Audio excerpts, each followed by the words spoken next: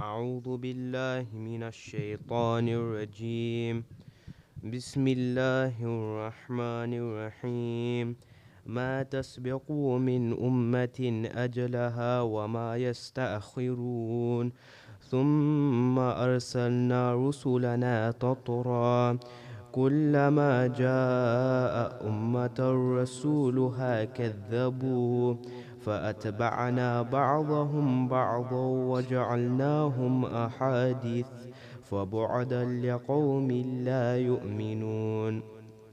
ثم أرسلنا موسى وأخاه هارون بآياتنا وسلطان مبين إلى فرعون وملئه فاستكبروا وكانوا قوما علين. فقالوا أنؤمن لبشرين مثلنا وقومهما لنا عابدون فكذبوهما فكانوا من المهلكين. ولقد آتينا موسى الكتاب لعلهم يهتدون وجعلنا ابن مريم وأمه آيات وآوينهما إلى ربوة ذات قرار ومعين.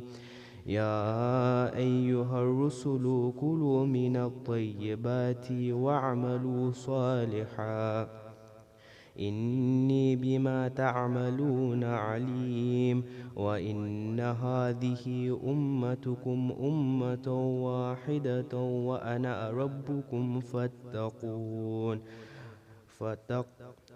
فتقطعوا أمرهم بينهم زبرا كل حزب بما لديهم فرحون. فذرهم في غمرتهم حتى حين. أيحسبون أن ما نمدهم به من مال وبنين نسارع لهم في الخيرات بل لا يشعرون. إن الذين هم من خشيته ربهم مشفقون والذين هم بآيات ربهم يؤمنون والذين هم بربهم لا يشركون. صدق الله العلي العظيم.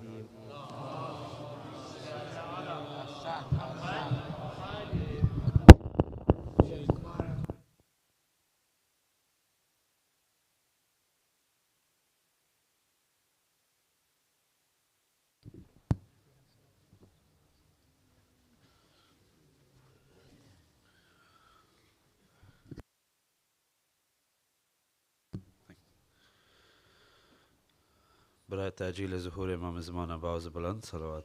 اللهم صل على محمد وآل محمد.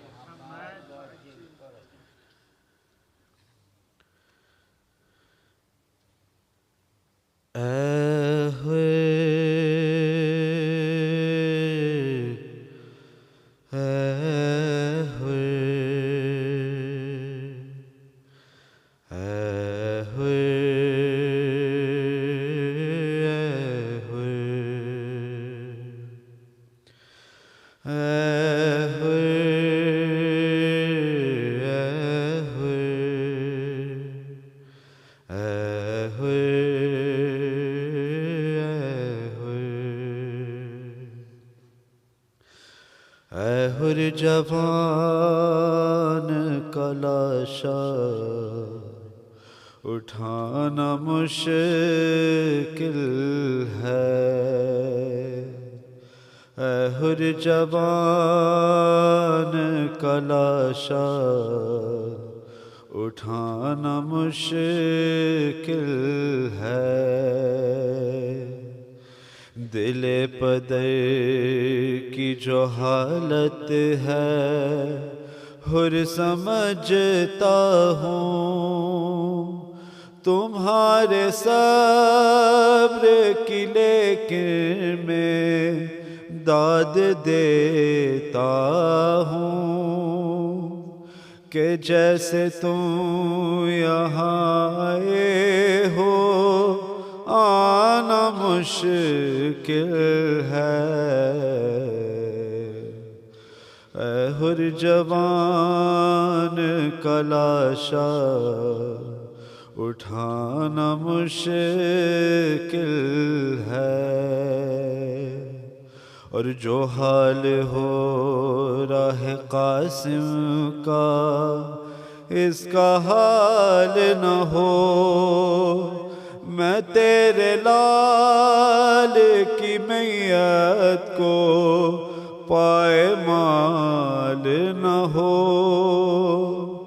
میں جانتا ہوں کہ ٹکڑے اٹھانا مشکل ہے، اے ہر جوان کا لاشا اٹھانا مشکل ہے۔ اور حسین کہتے تھے رو کر یہ حر کے بیٹے سے، سمجھ رہا ہوں اذیت تیری میرے بچے، بریدہ حلق سے یوں مسکرانا مشکل ہے، اے ہر جوان کا لاشا اٹھانا مشکل ہے۔ اور پکارا حر کا پسر رو کے، اے شہ عصمت سلام کر لیے اٹھنے کی بھی نہیں ہمت، یہ پیاسے ہونٹوں سے مولا بلانا مشکل ہے، اے ہر جوان کا لاشا اٹھانا مشکل ہے۔ اور غریب باپ کا یہ امتحان نہیں لوں گا، تمہارے لال کو کاندھوں پہ میں اٹھاؤں گا، اٹھا کے لاش کو خیموں میں جانا مشکل ہے، اے ہر جوان کا لاشا اٹھانا مشکل ہے۔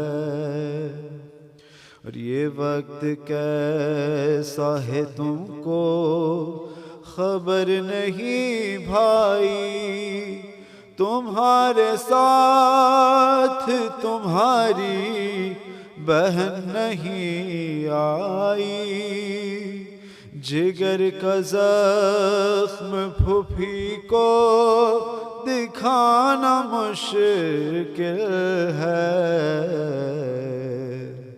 اے ہر جوان کا لاشا اٹھانا مشکل ہے۔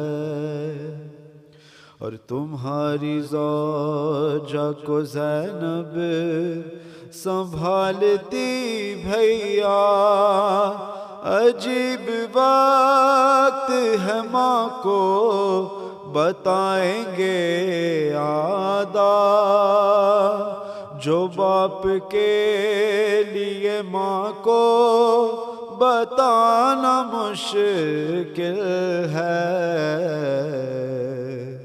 اے ہر جوان کا لاشا اٹھانا مشکل ہے، اے ہر جوان کا لاشا اٹھانا مشکل ہے، اے ہر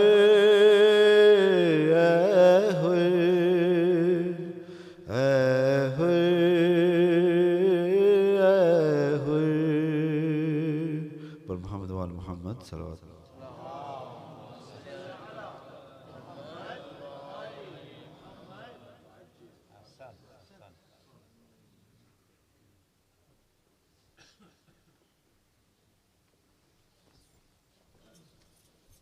بار محمد وآل محمد صلوات.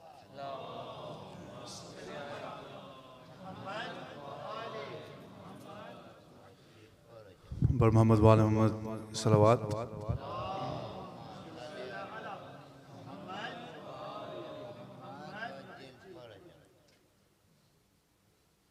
مجرئی خلق میں ان آنکھوں نے کیا کیا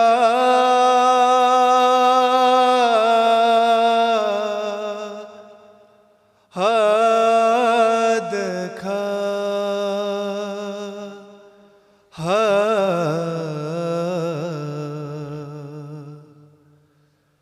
پر کہیں سے پیم برسنا کا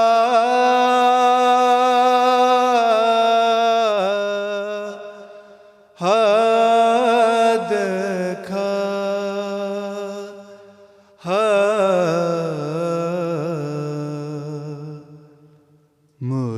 مجرئی خلق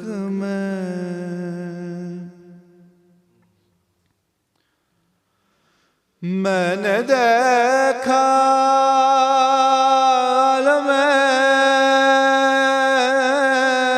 شاہ کو آلودہ خون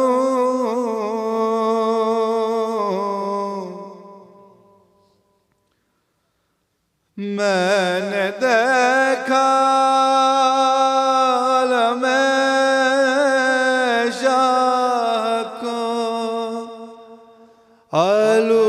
آلودہ خون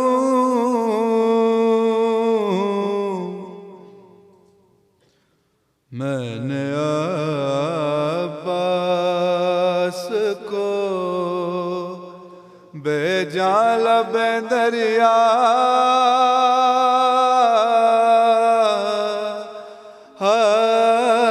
دیکھا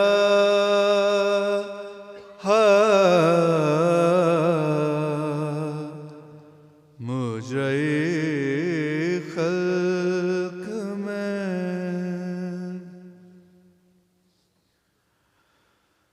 میں نے دیکھا علی اصغر کا گلا خون میں تر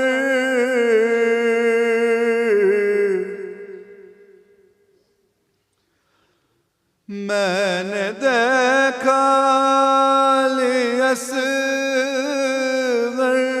کا گلا خون میں تر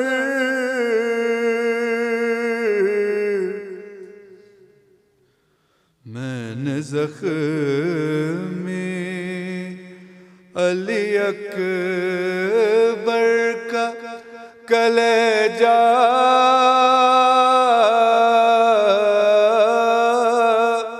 دیکھا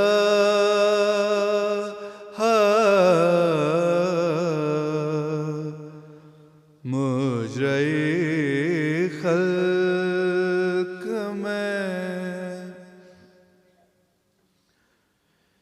ایک گٹھڑی شہدی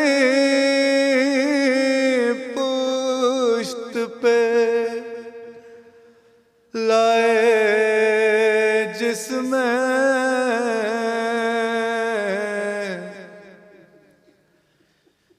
ایک گٹھڑی شہدی پشت پہ لائے جس میں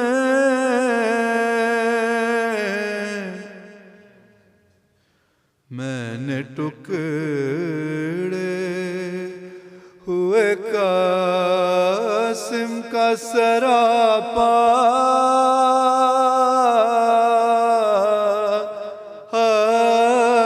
دیکھا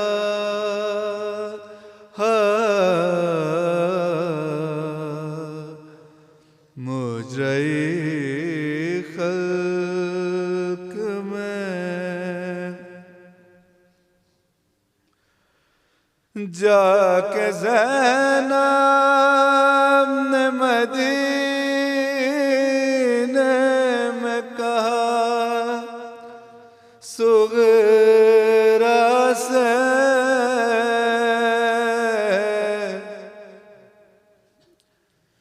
جا کے زینب نے مدینے میں کہا صغرا سے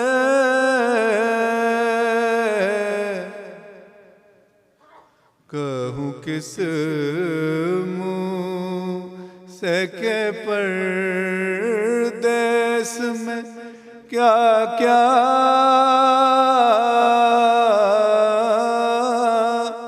دیکھا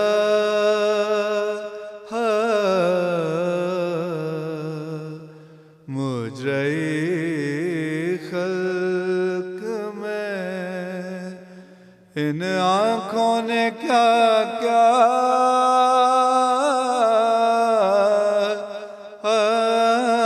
دیکھا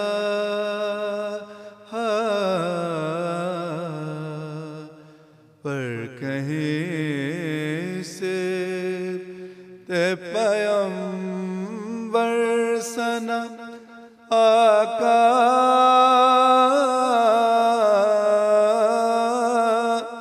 دیکھا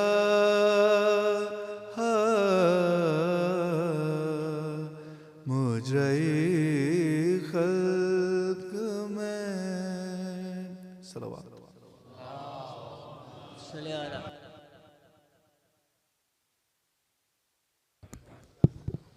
محمد وآل محمد صلوات.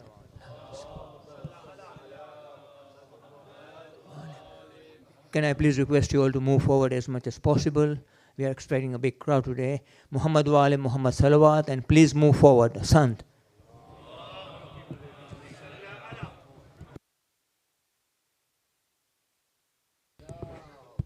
Bismillah.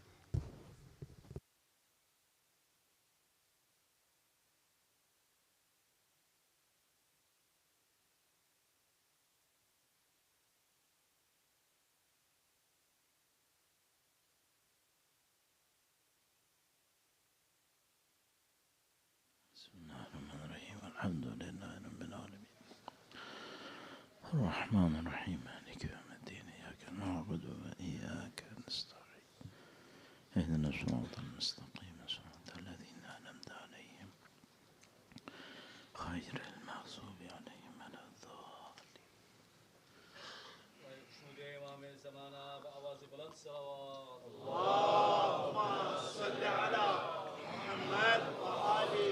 محمد وجل. وقت امام کے حضور ادائے احترام کے لیے ایک بار پھر درود بھیجیں. محمد و آل محمد صلی علی محمد وجل فرجہ. اعوذ باللہ من الشیطان الرجیم. بسم اللہ الرحمن الرحیم. الحمد للہ رب العالمین والصلاة والسلام على سید الانبیاء والمرسلین حبیب الہ العالمین ابی القاسم محمد صلی علی محمد وعلى آله الطيبين الطاهرين سيما بقية الله في الأراضين. قال الله تعالى في كتابه الكريم: بسم الله الرحمن الرحيم. أم حسبت أن أصحاب الكهف والرقيم كانوا من آياتنا عجبا. درود بھیجے گا محمد وآل محمد پر. صلی علی محمد وآل محمد وعجل فرجهم. خداوند متعال کا انتہائی شکر ہے، خداوند متعال کا انتہائی لطف و کرم ہے. پروردگار عالم نے بے پناہ نعمتیں نصیب فرمائی ہیں، ایسی نعمتیں نصیب کی ہیں جن میں سے بہت کم کو ہم پہچان پائیں، اور خدا کی بہت ساری نعمتیں ایسی ہیں جن کو ہم نہیں پہچان پائیں. نہیں معلوم خداوند متعال نے کتنی بلاؤں کو، کتنی سختیوں کو ہم سے دور کیا، ہم سمجھ بھی نہیں سکے. حق خداوند متعال کا اتنا بڑا کہ جس کو ہم پہچان بھی نہیں سکتے، لیکن وہ ہم سے صرف اس پہ راضی ہو رہا ہے کہ اگر تم زبان سے بھی کہہ دو الحمدللہ تو میں قبول کر لوں گا. اللہ اکبر. مولا کا فرمان ہے، فرمایا خدا تو کتنا بزرگ ہے، گناہ میں نے عمل سے کیا لیکن تو میری زبان کی استغفار کو بھی قبول کر لیتا ہے. یا کریم.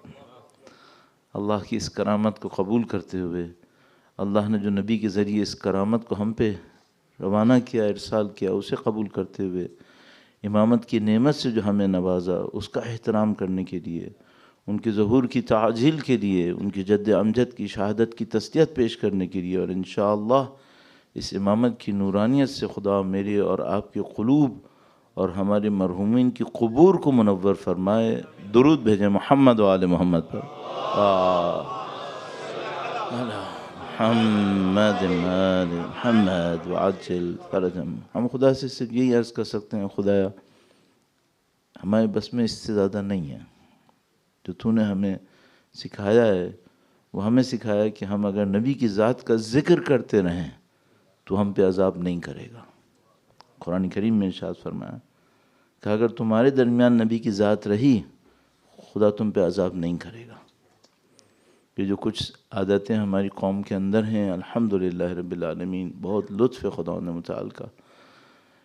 بہت ساری عادتیں ہماری قوم میں بہت اچھی ہیں.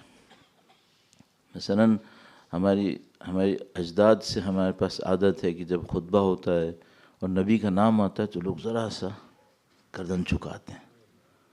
ہمیں نہیں معلوم شاید یہ ایک گردن جھکانا خدا کی کتنی نعمتیں ہمارے پاس لاتا ہو، ہمیں نہیں معلوم. الحمدللہ خدا متعال کی دی ہوئی نعمت سے ہمارے اجداد نے ہمیں اس عزا کا احترام سکھایا. بہت ساری چیزیں ہیں، بہت ساری چیزیں حلال اور حرام سے نہیں بچتی، احترام سے بچ جاتی ہیں. اگر حلال حرام کی بات کرو تو اس کپڑے میں سے کتنا بدن پہ ہونا واجب ہے، باقی کیا ہے؟ باقی احترام ہے، شرم و حیا ہے. تو اگر آپ مجھ سے پوچھو حرام اور حلال، مولانا حرام ہے یا حلال ہے، تو وہ بہت چھوٹی سی جگہ ہے. لیکن ہمیں معلوم ہے دنیا صرف حلال صرف حرام کرنے سے نہیں بچتی ہے. تو مثال کے طور پر آپ یہاں بیٹھے ہوئے ہیں، معذرت چاہتا ہوں تھوڑی سی مثال سخت دے رہا ہوں، مثلا سب یہاں بیٹھے بیٹھے کولڈ ڈرنک پیتے رہیں، حرام ہے؟ فقہ میں حرام ہے؟ نہیں. اگر پی رہا ہو کوئی تو میں بولوں یا نہ بولوں؟ اپنی ڈیوٹی سمجھتا ہوں بول پڑوں، بول دوں. کیوں؟ ایک کو چھوڑ دیا، مجھے نہیں پتا اگلی نسل میں کیا ہونے والا ہے. میں بول دیتا ہوں. میں ڈرتا ہوں کہ بھائی اگر میں یہاں پہ چھوڑ دیا خدا نہ کرے آگے کیا ہونے والا ہے. ٹھیک ہے، بہت خیال کریں.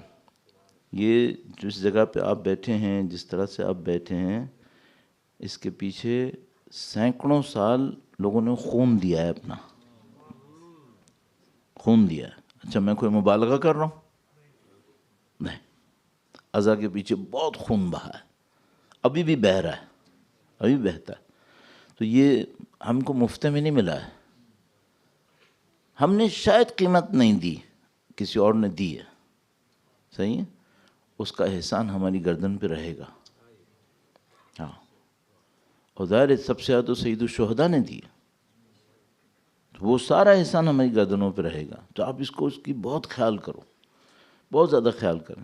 یعنی مثلا اس کے جو آداب ہیں، آپ لوگ الحمدللہ بہت اچھے ہیں الحمدللہ اس معاملے میں، اور کئی معاملات میں. لیکن احتیاطاً میں صرف عرض کر رہا ہوں، چونکہ آج ویکینڈ ہے، آج لوگ زیادہ آتے ہیں، تو کچھ پوائنٹس ایسے پوائنٹس کہنے کی ضرورت ہے جو شاید کل کچھ لوگ پرسوں لوگ نہ آئیں اتنے، تو میں ابھی کہہ دیتا ہوں. تو ان میں ایک پوائنٹ میرا جو میں ہمیشہ جہاں بھی جاتا ہوں عرض کرتا ہوں، وہ یہی کہتا ہوں، اس کے آداب کا خیال رکھنا بہت ضروری ہے. تو مثال کے طور پر الحمدللہ ہماری نسلوں کے اندر کچھ آداب ہیں. یہاں پہ کھانا پینا نہیں ہوتا ہے، یہاں پہ کچھ اور چیزیں نہیں ہوتی ہیں. آپ اسکول کے کلاس روم میں بھی کچھ چیزوں کو مینیج کرتے ہیں، یہ تو اس سے بہت آگے کی بات ہے. ٹھیک ہے، تو میں کیا بولوں، معذرت کے ساتھ میں کہتا ہوں ہمیشہ، وہ یہ کہ مثلا اگر کسی کو عادت بھی ہے کچھ کھانے پینے کی، یہاں بیٹھ کے نہیں کرنا، کیونکہ یہ آگے بڑھ جائے گی بات، پھر تمہارے میرے کنٹرول میں نہیں رہے گی. اور میں اس سلسلے کا ایک پوائنٹ بس اور کہہ دوں، تھوڑا بہت ریلیجنس کی ہسٹری کو آپ کبھی اسٹڈی کریں تو آپ ایک بات دیکھتے ہیں، یہ جب دین ختم ہوتے ہیں تو پہلا اسٹیپ کیا ہوتا ہے؟ تو پہلا اسٹیپ جو مجھے ابھی تک سمجھ میں آیا، کوئی بھی دین کو فلسفیکل آرگومنٹ کے ذریعے سے نہیں ہراتا ہے، نہیں ہراتا. فلسفیکل آرگومنٹ چلتا رہتا ہے. ابھی بھی آج دنیا میں ایتھیزم، اسلام فلاں دین، ان کے درمیان فلسفیکل آرگومنٹس چلتے رہتے ہیں، وہ کبھی ختم نہیں ہوتے. فزیکل پرسیکیوشن وہ بھی چلتا ہے، وہ بھی چلتا رہتا ہے، اس سے بھی کبھی ختم نہیں ہوا. 1994-95 میں اس زمانے میں بوسنیا ہرزگوئینا کے اندر، بوسنیا میں کیا جنگ ہوئی تھی. I think more than 400,000 Muslims اس موقع کے اوپر مارے گئے تھے. Tens of thousands of women کے ساتھ غلط ہوا. صحیح ہے، کیا بوسنیا ختم ہو گیا؟ نہیں. مسلمان ختم ہو گئے؟ نہیں. وہ لوگ جو پاکستان میں اہل بیت کے ماننے والوں کے ساتھ ظلم کر رہے تھے ایک زمانے میں، ہر دوسرے دن ایک جنازہ، ہر تیسرے دن ایک شہادت ہوتی تھی، تو لوگ ہم سے پوچھتے تھے کیا ہوگا؟ ہم کہتے تھے کچھ بھی نہیں ہوگا. اس طرح ہم نہیں مرتے. روزانہ ایک بندہ ماریں گے 365 پر ایئر. روزانہ 10 بندے مار لیں گے 3650 پر ایئر. اس سے ہم ختم نہیں ہوتے.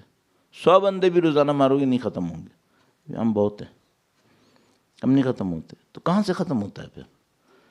ختم ہوتا ہے جب احترام ختم ہوتا ہے. میں آپ کو گارنٹی سے بتا رہا ہوں، یہ یو کے ہے، صحیح ہے. یہاں پہ ہر نکڑ پہ ایک چرچ ہے، ہر گلی پہ ایک چرچ ہے. صحیح ہے. یہ لوگ کون تھے؟ یہ کیا زمانے میں دیندار نہیں تھے؟ بہت دیندار تھے. اتنے چرچ کیوں بنے پھر؟ ان جگہوں پہ چرچ بنے جہاں پہ گھر بھی پکے نہیں تھے. اور چرچ کی بلڈنگ جا کے دیکھو، ہاں اتنا کچھ تھا، اتنا کچھ تھا. اب کیا پوزیشن ہے؟ سولڈ کی پٹیاں لگائے بیٹھے ہیں چرچوں کے اوپر. کہاں گئے دیندار؟ جو انسلٹ بعض اوقات موویز کے اندر، ڈراماز کے اندر، کلپس کے اندر آپ حضرت عیسیٰ علیہ السلام کی ان کے ہاتھوں دیکھتے ہیں، اس کو دیکھ کے سمجھ میں نہیں آتا یہ کیا نہیں مانتے تھے پہلے، اب کیا ہو گیا انہیں؟ کہاں سے شروع ہوتا ہے؟ یہ شروع یہاں سے ہوتا ہے. پہلے they take it a bit light، تھوڑا سا جانے دو، کوئی بات نہیں.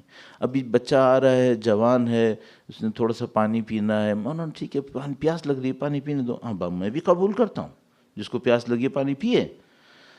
مولانا ٹھیک ہے اگر تھوڑا سا سپاری بھی کھا رہا ہے تو کھانے دو، وہ بچے نے تھوڑا سا چنگم ڈالی بھی ہے، کوئی بات نہیں، چلے گا، اتنا چلے گا.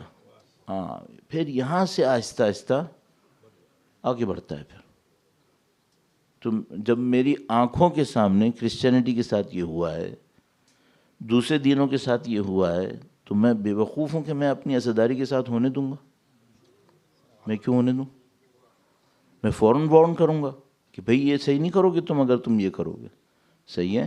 اچھا ابھی آپ کو مولانا بچوں کو کیسے فیسیلیٹیٹ کریں؟ بچوں کو ٹھیک ہے تم لاجیکلی سمجھاؤ، ان کی دوسری چیزوں کا خیال کرو، سب کرو، لیکن یہاں جو عزاداری کے مینرز ہیں اس کا خیال کرنا بہت ضروری ہے.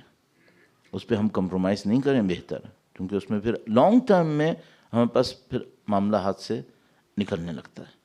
اسی طرح مثلا مختلف جو اب اس کو کیسے خیال کرنا ہے میں اس کی ڈیٹیلز میں نہیں جاؤں گا، ٹائم ویسے ہی کم ہوتا ہے، اور یہ ٹاپک بہت لمبا ہے.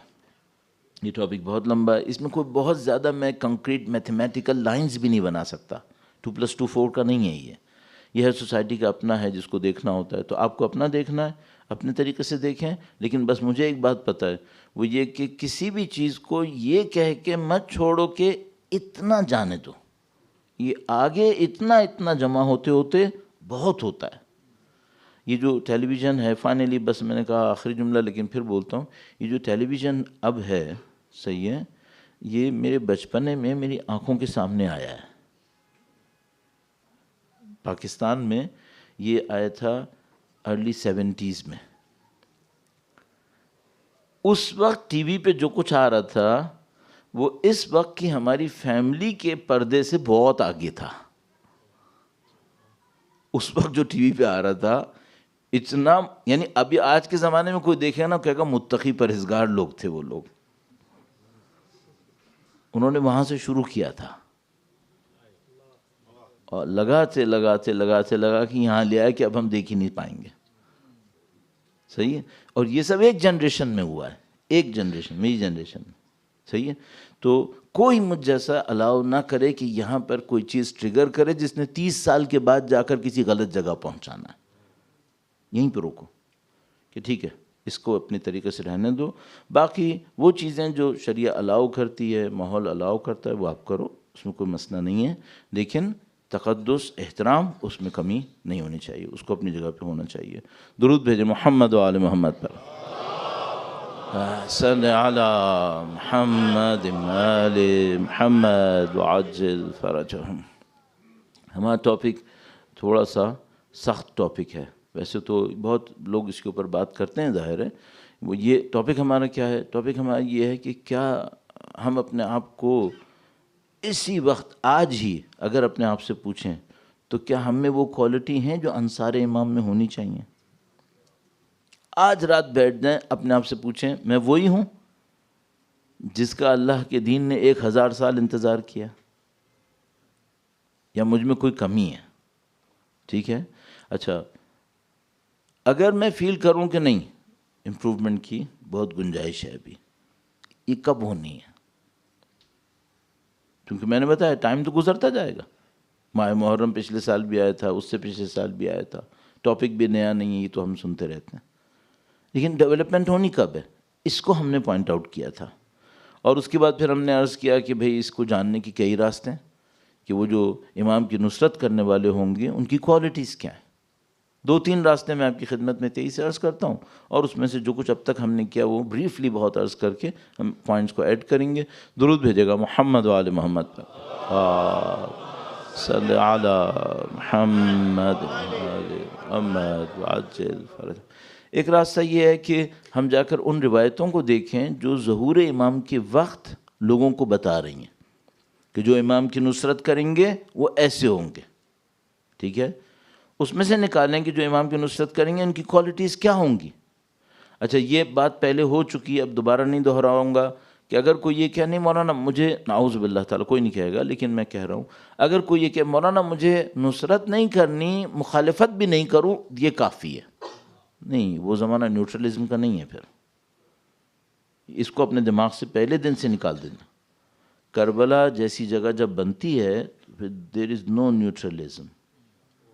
یہ نیوٹرل نہیں ہوتا، پھر کچھ یا ادھر ہوتا ہے یا ادھر ہوتا ہے. اور یہ بھی میں عرض کرتا چلوں کہ جو گلوبل ڈیولپمنٹ اس وقت ہمارے پاس ہے، جو سسٹم رول کر رہا ہے اس وقت دنیا میں، یہ نیوٹرلزم کو الاؤ کرے گا بھی نہیں. ایک زمانہ میں یہ الاؤ کر رہا تھا، اب نہیں کرتا. اب یہ جب کسی چیز کو ڈالنے پہ آتا ہے یہ بیہیو کرتا ہے ڈکٹیٹرز کی طرح. صحیح ہے. مجھے بہت اپنی پوزیشن بچا کے چلنا ہے، ٹھیک ہے؟ کچھ ایسے آئیڈیاز جو ہمارے دین میں ایکسیپٹیبل تھے ہی نہیں، کسی بھی دین میں ایکسیپٹیبل نہیں تھے، اس وقت امپوز ہو رہے ہیں ڈکٹیٹرز کی طرح. اس میں کوئی ڈیموکریسی نہیں ہے. ہر چیز میں ڈیموکریسی چلتی ہے، اس میں ڈیموکریسی نہیں مانتے یہ لوگ. اس میں کوئی لبرلزم نہیں ہے، اس میں ڈکٹیٹرز ہیں یہ لوگ. نہیں کرو گے تو میں سے یہ ہوگا پھر. ہاں اب وہ اتنا خطرناک ہے کہ میں بھی نہیں بول پا رہا ہوں، سب کو معلوم ہے. فوراً ایکسپیل ہو گئے، فوراً یہ ہو جائے گا، فوراً وہ ہو جائے گا. کہاں گئی ڈیموکریسی؟ کہاں گیا لبرلزم؟ کہاں گئی ریلیجیس فریڈم؟ میں تو نہیں کہہ رہا کہ تم ایسے کرو، مجھے تو چھوڑ دو. نہیں، now there is no neutralism. ابھی تو ظہور نہیں ہوا ہے بھائی. تو یہ بھول جانا کہ کوئی یہ سوچے مولانا ظہور ہوگا اور میں نیوٹرل رہوں گا، یہ نہیں ہونے والا ہے. یا تم اس کیمپ میں ہو یا اس کیمپ میں ہو. بہت پرانی بات ہے، 2001 کے قریب جب امریکہ نے حملہ کیا تھا افغانستان کے اوپر، طالبان کے اوپر. چونکہ پرانی بات ہے تو اس کا مسئلہ اتنا نہیں ہوگا. تو ان لوگوں نے پاکستان کو کہہ کے بھیجا کہ تم بتاؤ بھائی، اپنی پوزیشن کلیئر کرو کہ تم کس کے ساتھ ہو. تو بہت مشہور جملہ تھا، یا آپ ہمارے ساتھ ہو یا آپ اسٹون ایج میں ہو. ہاں تو ظاہر پاکستانی بہت عقل مند تھے، انہوں نے کہا نہیں تو ہم تو آپ ہی کے ساتھ ہیں، بس ہمیں تھوڑی اسٹون ایج میں جانا. جو ہوا پھر ہم نے جھیلا، وہ جو ہوا وہ ابھی تک جھیل رہے ہیں. ہاں تو ابھی تو ظہور نہیں ہوا ہے، یہ لوگ اتنا ہارش ہو گئے ہیں. جب ظہور ہو جائے گا انشاءاللہ پھر یہ نیوٹرلزم چھوڑیں گے. تو یہ سوچ دو پہلے سے کہ یہ چانس ہے کہ نیوٹرلزم نہیں ہوگا موسٹ پروبیبلی. اور روایتوں سے بھی یہی لگ رہا ہے کہ یہ نہیں ہونے والا. تو اب جوائن کیسے کرنا ہے امام کو؟ کوالٹیز روایتوں میں جا کے دیکھ لو ایک بار. مولا کا ایک فرمان ہے، تعرف الاشیاء باضدادها، چیزوں کو ان کے اگینسٹ جو ہوتا ہے اس سے پہچانتے ہیں، ضد سے. ٹھیک ہے، ایک راستہ یہ روایتوں میں جا کے دیکھیں اصحاب امام کی کوالٹیز کیا ہیں ایک.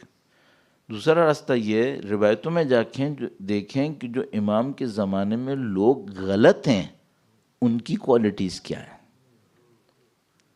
ہاں کہیں ہم وہ نہ ہوں. تو اچھوں کی کوالٹیز کو چیک کر لو کہ ہمیں ایسے بننا ہے، بروں کی کوالٹیز کو چیک کر لو کہ ایسا نہیں ہونا ہے. اچھا سیم کام ہسٹری میں بھی کر سکتے ہیں، سیم کام ہسٹری میں بھی کر سکتے ہیں. وہ کیا کریں بھئی؟ آپ جا کے دیکھو جو کربلا میں تھے وہ کیسے تھے، اور جا کے دیکھو کہ جو کربلا میں نہیں تھے وہ کیسے تھے. پھر پوچھ لو میں کہاں ہوں، میں کہاں ہوں. یہ ہسٹری کا ایک پارٹ ہو گیا. ایک اور ہسٹری کا پارٹ ہے جس کو قرآن کریم نے بیان کیا، جو میں نے آپ کے سامنے 2 دن پہلے کر کے دکھایا کہ قرآن کریم نے کہا کہ بھائی کچھ لوگوں نے ہمارے نبی کا ساتھ نہیں دیا تھا. وہ جو ساتھ نہیں دیا تھا وہ کیسے تھے؟ کل ہم نے کل اور پرسوں اس کو بتایا، وہ ایسے تھے. صحیح ہے، وہاں سے بھی ایکسٹریکٹ کر سکتے ہیں کہ ہمیں کیا ہونا ہے اور کیا ہمیں نہیں ہونا ہے. اب میں ذرا سا اس پارٹ کے اوپر رکوں گا. ایک مثال اور آپ کی خدمت میں عرض کروں گا. دوبارہ بنی اسرائیل، چونکہ کل میں نے آپ کی خدمت میں روایت بھی عرض کی ہے کہ فرمایا کہ بنی اسرائیل اور تمہارا مقدر ایک ہی جیسا رہے گا. یہ روایت ہے ہمارے پاس.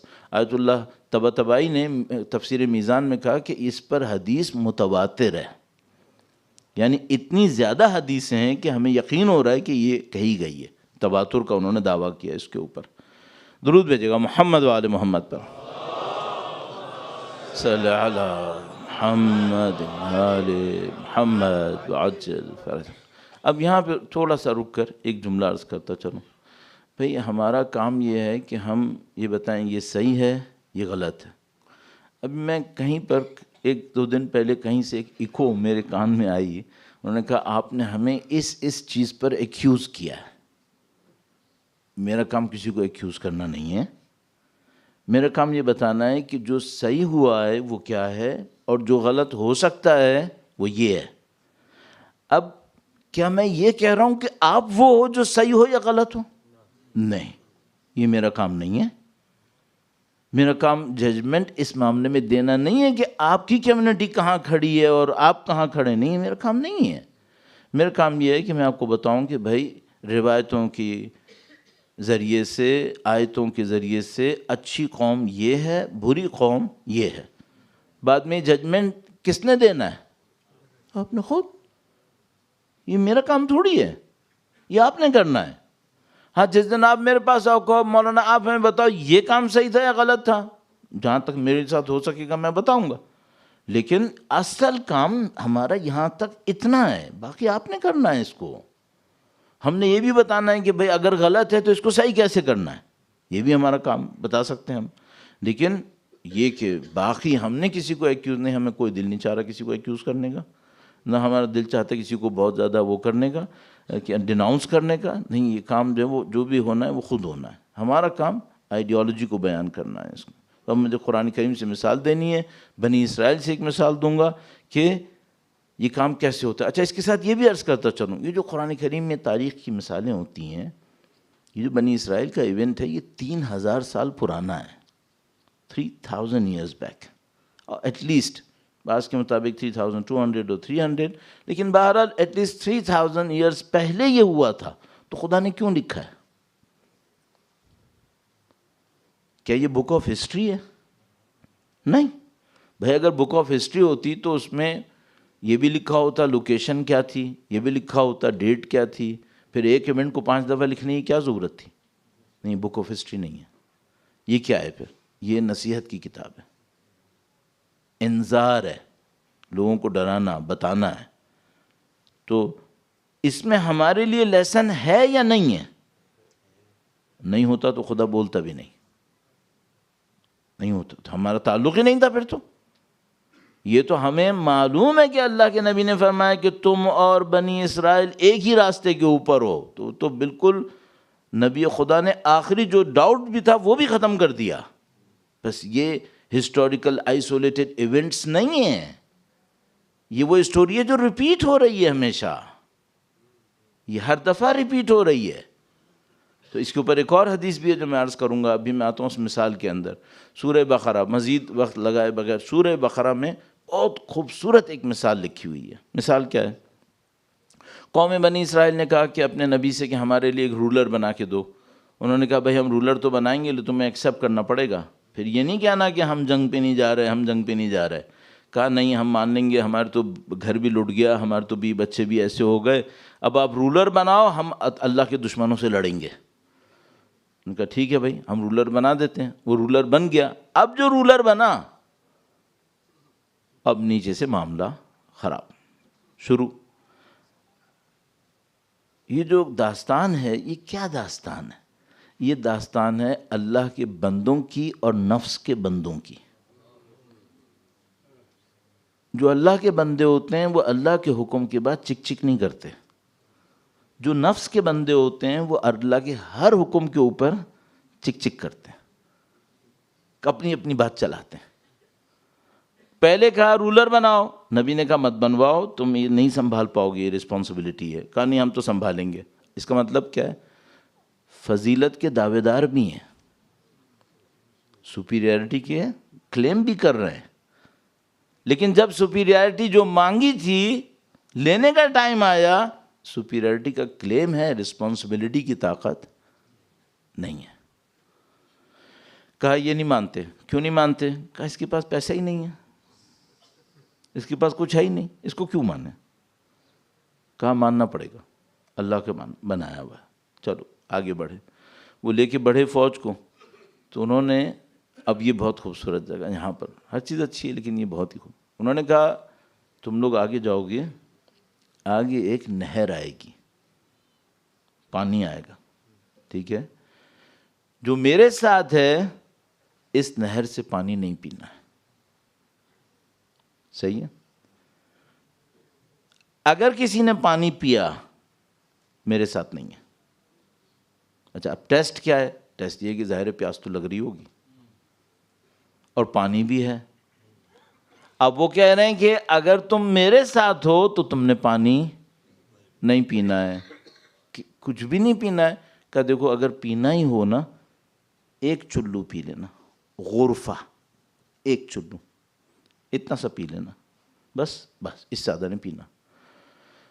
اچھا اگر پیا تو کیا ہوگا؟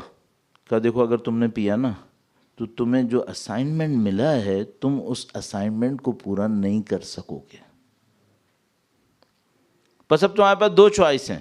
تمہارا کلیم تھا کہ تمہیں ایک فضیلت ملنی ہے، اس کلیم کے لیے خدا نے گراؤنڈ بنا دیا ہے، لیکن اس فضیلت تک پہنچنے کے لیے تمہیں ایک ٹیسٹ سے گزرنا ہے. ٹیسٹ کیا ہے؟ ٹیسٹ یہ ہے کہ پانی آئے گا، تم نے پانی نہیں پینا ہے. اگر پینا 1 چلو پینا، اس سے زیادہ نہیں پینا. ٹھیک ہے، کراس کر لینا. خداوند متعال فرماتا ہے سب نے بیٹھ کر پورا پی لیا. منع کیا تھا کہ دیکھو تمہیں ایک اسٹیٹس چاہیے، تمہیں اسٹیٹس کے لیے قربانی دینی پڑے گی، تم وہ قربانی دینا پہلی قربانی کیا ہے؟ ابھی دشمن سے لڑیں نہیں، کوئی ہتھیار چلا ابھی نہیں، کوئی ویپن کچھ نہیں. اتنا سا ایک ٹیسٹ تھا، پانی نہیں پیو. اچھا جو خدا یہاں پانی نہیں پلا رہا بعد میں پانی بالکل نہیں پلائے گا، پیاسا مارے گا کیا؟ نہیں، پلا دے گا بعد میں. کہ کھوپڑی میں آتی ہے یہ؟ نہیں. بیٹھ کے پورا پی لیا. جب پورا پی لیا اب انہوں نے کہا کہ اب تم نے تو پی لیا سارا پانی، چلو اب لڑنے کے لیے. کہا اب ہم میں طاقت نہیں ہے. تو انہوں نے کہا پہلے ہی تم کو بولا تھا کہ تم نے پانی پی لیا تو پھر تمہارے اندر طاقت نہیں ہوگی. صحیح ہے. اب کیا ہوا؟ اس کے بعد یہ ہوا کہ جن لوگوں نے پانی نہیں پیا تھا، اب جنہوں نے پانی پیا تھا وہ تو بولو کٹ گئے، وہ تو ختم، فلٹر ہو گئے. جنہوں نے پانی نہیں پیا تھا وہ اپنے نبی کے پاس آئے. انہوں نے کہا کہ دیکھو یہ تو ختم ہو گئے، ہماری تعداد بہت کم ہے لیکن ہمیں خدا پہ بھروسہ ہے. ہاں، اب اس کا مطلب کیا ہے؟ جنہوں نے پانی نہیں پیا تھا خدا نے ان کو ایمان کا یقین دے دیا. ٹیسٹ میں کامیاب ہوئے تھے نا، اب کچھ تو ملنا تھا. کیا ملا ان کو؟ ان کو یقین مل گیا. جب انہیں یقین ملا انہوں نے کہا آپ ابھی بھی دشمن سے لڑنے کے اسائنمنٹ کو ختم مت کرو، ہم لڑیں گے. اب تم تو آدھے بھی نہیں ہو. کہا کوئی مسئلہ نہیں، ہمیں خدا پہ یقین ہے. کم من فئۃ قلیلۃ غلبت فئۃ کثیرۃ باذن اللہ. اللہ کے اذن سے بہت دفعہ ایسا ہوا ہے کہ چھوٹے لوگوں نے بڑے لشکروں کو ہرا لیا ہے. ہمیں خدا پہ یقین ہے. آپ چلیں. خداوند متعال فرماتا ہے ہم نے اس چھوٹے سے لشکر کے ذریعے سے بڑے دشمن کو شکست دے دی، وہ کامیاب ہو گئے. اب آپ مجھ سے پوچھ سکتے ہو مولانا ہم تو نلکے سے پانی پیتے ہیں، منرل واٹر کا پانی پیتے ہیں، اس کا ہم سے کیا تعلق ہے؟ ہم تو کبھی ٹروپ لے کے نہیں چلے جس میں کمانڈر نے کہا ہو کہ پانی نہیں پینا. صحیح ہے. میں آپ کو بتا رہا ہوں کہ آپ ٹروپ میں ہو اور پانی بھی بہہ رہا ہے اور کچھ بہت کم پی رہے ہیں اور کچھ بہت زیادہ پی چکے ہیں. وہ کیا ہے؟ ہمارے پاس روایت ہے، فرمایا یہ جو پانی تھا یہ دنیا کی محبت تھی. تم سے کہا تھا دنیا تمہارے سامنے آئے گی اور اتنا آسان ایکسس میں ہوگی کہ تم اٹھا لو، پھر تم دنیا سے دل مت لگانا، کیونکہ اگر تم نے دنیا سے دل لگایا تم کسی قابل نہیں رہو گے. اور کچھ لوگ دنیا سے دل نہیں لگائیں گے، وہ تعداد میں کم رہ جائیں گے، وہ اپنی جاب اسائنمنٹ پھر بھی پورا کر لیں گے، اور جو دنیا میں غارق ہوں گے وہ کسی قابل نہیں رہیں گے اور وہ فلٹر کے اندر کٹ جائیں گے. طابق النال بالنال، اس کا اس کے اوپر یوں ہی چلتا رہے گا. تو یہ پانی کا ٹیسٹ چل رہا ہے، یہ رکا نہیں ہے. ہمارے پاس ایک اور روایت ہے، وہ بھی ایک عجیبی روایت ہے. کتاب محجت البیضاء فیض کاشانی کی، احتمال قوی اس کے اندر ہے. میزان الحکمہ میں رے شہری آیت اللہ ریشاری نے بھی اس کو لکھا ہے. انہوں نے کیا فرمایا؟ اللہ کے نبی سے فرمایا جو مجھے یاد آتا ہے، لِكُلِّ أُمَّةٍ عِجْلٌ. بنی اسرائیل نے ایک بچھڑے کی پوجا کی تھی. وہ جو سامری نے سونے سے بنا کے دیا تھا اس کو عجل لکھا ہے قرآن کریم نے. صحیح ہے. روایت نے کہا ہے ہر قوم کا، اللہ کے نبی فرمایا ہر قوم کا ایک بچھڑا ہوتا ہے. یہ جو بنی اسرائیل نے سامری کے بنائے ہوئے بت کے سامنے سر جھکایا تھا یہ آئسولیٹڈ ایونٹ ہے. اللہ کے نبی فرمانے نہیں، ہر قوم کا ایک عجل ہوتا ہے. ہر قوم میں ایک بچھڑا ہوتا ہے جس کے سامنے لوگ سر جھکاتے ہیں. اور فرمایا عجل امتی الدینار، میری امت کا جو عجل ہے وہ سکے ہیں. یہ سکوں کے سامنے سر جھکائیں گے. کل میں نے آپ کی خدمت میں عرض کیا تھا سونے کے پجاری ہیں. ہاں یہ روایت میں ہے، میں نہیں بول رہا ہوں، یہ روایت میں کہا ہے. بس وہ جو پانی تھا وہ کیا تھا؟ وہ پانی تھا دنیا کی محبت. اور وہ عجل ہے وہ کیا ہے؟ وہ سکے، دولت. یہ اس کے سامنے سر جھکاتے ہیں. یہ اللہ کے نبی نے کہا میری امت کا یہ معاملہ ہے. صحیح ہے. اچھا اب کوئی مجھ سے کہہ سکتا ہے مولانا اس میں خرابی کیا ہے؟ بھئی اگر دنیا سے تھوڑا بہت اٹیچمنٹ ہے اس میں خرابی کیا ہے؟ ٹائم بہت کم ہے اور مجھے ایک بات یقیناً آج پوری کرنی ہے انشاءاللہ، تو میں اس کو اپنی جو کیس ہے اس کو تھوڑا سا سمیٹتا ہوں جلدی سے. درود بھیجے گا محمد و آل محمد پر. صلی علی محمد آل محمد وعجل فرجہم. ایک بہت بڑے عارف ہیں علامہ محمد حسین تہرانی نام کر کے. علامہ محمد حسین تہرانی. صحیح ہے. تہرانی کا مطلب ظاہر ہے وہ تہران میں رہتے تھے، بڑے درس دیتے تھے اور انہوں نے کئی کتابیں بھی لکھی علم عرفان کے اوپر. ان کی ایک کتاب کا نام تھا مطلع انوار. اس کو اگر عربی میں کہیں گے مطلع الانوار کہیں گے، یعنی روشنی انوار کا ایک جھلک، انوار کی ایک لہر. اس میں ایک واقعہ لکھا ہے. جن سے کوٹ کیا ان کا نام بھی لکھا ہے، ان کا نام پتہ نہیں کیا، نجاشی. انہوں نے یہ واقعہ ان کو سنایا. واقعے میں تھا کہ ایک بندہ تھا، وہ بہت عاشق تھا وقت کے امام کا، بہت امام سے بہت عشق کرنے کا اظہار کرتا تھا، روتا تھا امام کے لیے کہ امام تشریف کیوں نہیں لاتے. تو وہ بہت زیادہ گڑ گڑاتا تھا. اس کا کام کیا تھا؟ اس کا پروفیشن تھا یہ صابن بناتا تھا، سوپ، صابن بناتا تھا. تو ہمارے پاس ایک صابونی نام کر کے ایک راوی بھی ہے تاریخ میں جن کا کام صابن کا کام تھا. لیکن بہرحال تو یہ جو بندہ ہے یہ صابن کا کام کرتا تھا اور یہ امام کو بہت یاد کرتا تھا. اتنا یاد کرتا تھا، اتنا یاد کرتا تھا، مجھے امام سے ملنا ہے، مجھے امام سے ملنا ہے، خواہش بھی کرتا تھا. تو امام کے اطراف میں کچھ لوگ ہیں جو امام کے لیے کاموں کو انجام دیتے ہیں. ان کو ٹرم ایسی رکھی گئی ہے، ان کو کہتے ہیں ابدال. ابدال کیوں کہتے ہیں، کس وجہ سے کہتے ہیں، سب چھوڑ دو، ٹائم ویسے ہی کم. تو وہ ان ابدال میں سے ایک ان کے پاس آیا، صابن والے کے پاس، اور اس سے کہا کہ تم نے امام سے ملنا ہے تو چلو میرے ساتھ. بالکل اسپونٹینیس، چلو. ہاں اس نے کہا چلو. تو وہ چل پڑے. تو وہ چلے، کہیں پہ چلتے رہے. پھر ایک جگہ پہ پانی آ گیا، دریا جیسے. تو ابدال نے کہا کہ چلو اس کے اوپر. اس نے کہا ٹھیک ہے. تو وہ اس کے پیچھے پیچھے پانی پہ چلنا شروع ہو گیا. تو اس نے پانی پہ چلتے رہے. تو اس نے دیکھا میں پانی پہ چل رہا ہوں، کوئی مسئلہ نہیں ہے. تو اس نے دیکھا کہ اوپر گھٹا آئی ہے، بارش آنے والی ہے. تو اس نے کہا بارش آنے والی ہے. پھر اس کو یاد آیا کہ میں نے صابن بنایا تھا وہ میں چھت پہ چھوڑ کے آ جاؤں سوکھنے کے لیے. صحیح ہے. تو اس نے کہا کہ اگر بارش آ گئی تو میں نے جو صابن رکھا ہے وہ تو سارا پگھل گیا، وہ تو نالی میں بہہ جائے گا. جیسے اس نے سوچا وہ ڈوبنے لگا. تو وہ جو ابدال تھا اس نے پیچھے مڑ کے کہا کہ تم اپنا دماغ صحیح رکھو، امام پہ کنسنٹریٹ کرو. تو اس نے کہا غلط ہی ہوئے کہ اپنے آپ کو سیدھا کیا اس نے. نہیں میں امام سے ملنے جا رہا ہوں.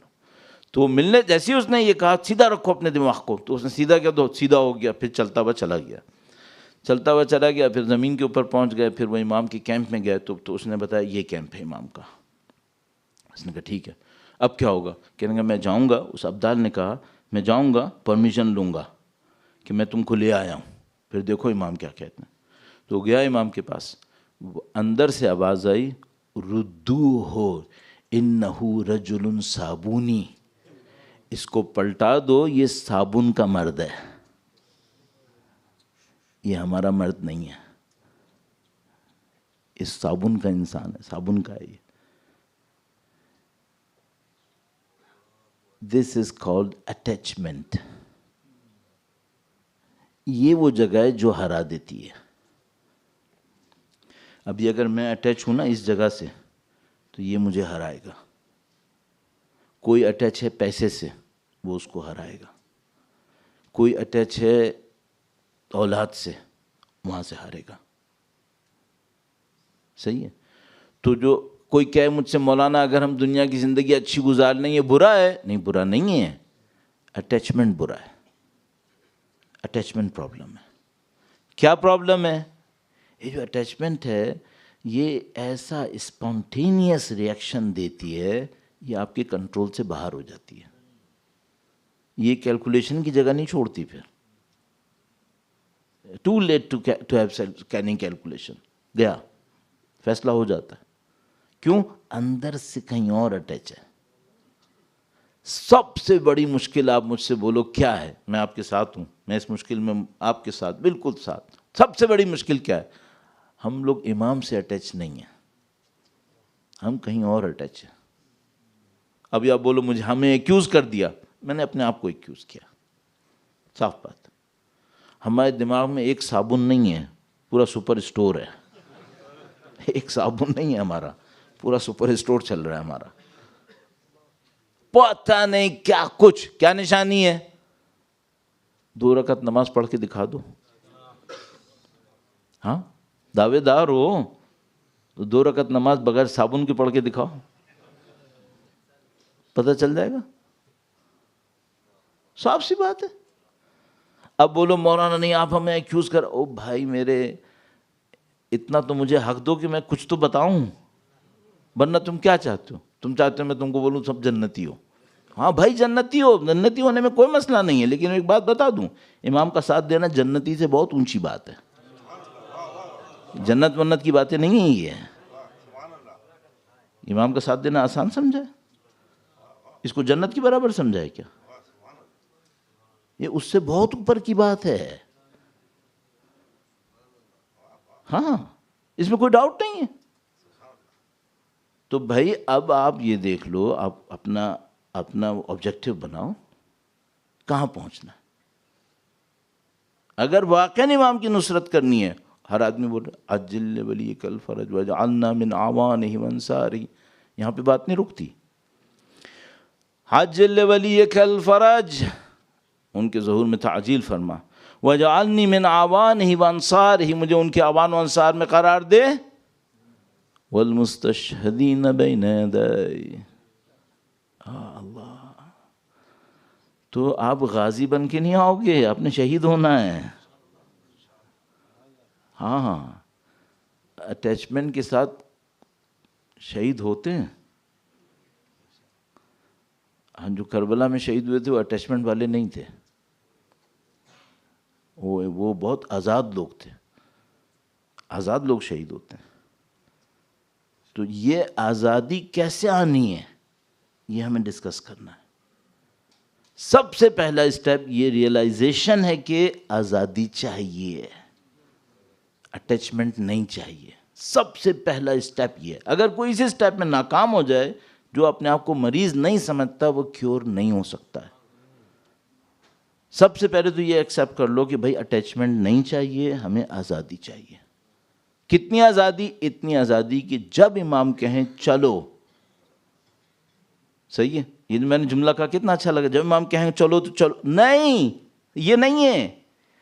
آپ دعا عہد میں کہتے ہو والسابقین لارادت، ان کے ارادے سے پہلے میں اپنی رضایت دکھاؤں. سابقین لارادت، ان کے ارادے سے پہلے میں اپنا کام کر دوں، کہ ابھی تو انہوں نے کہا بھی نہیں مجھے، میں سمجھ گیا کہ یہ کرنا ہے. تو عزیزان محترم، ٹاسک بڑا ٹاسک ہے، ٹاسک بہت بڑا ٹاسک ہے. اور آپ الحمدللہ، میں اور آپ گویا سمجھ دو کہ خدا یہ سمجھ رہا ہے کہ ہم اتنے اچھے ہیں کہ ہم یہ کریں گے. اگر وہ ہم سے یہ امید نہ رکھتا نا تو ہمیں دعائے عہد نہ دیتا، یہ کسی اور کو دے دیتا. اور بہت ساروں کو نہیں دی اور ہمیں دی.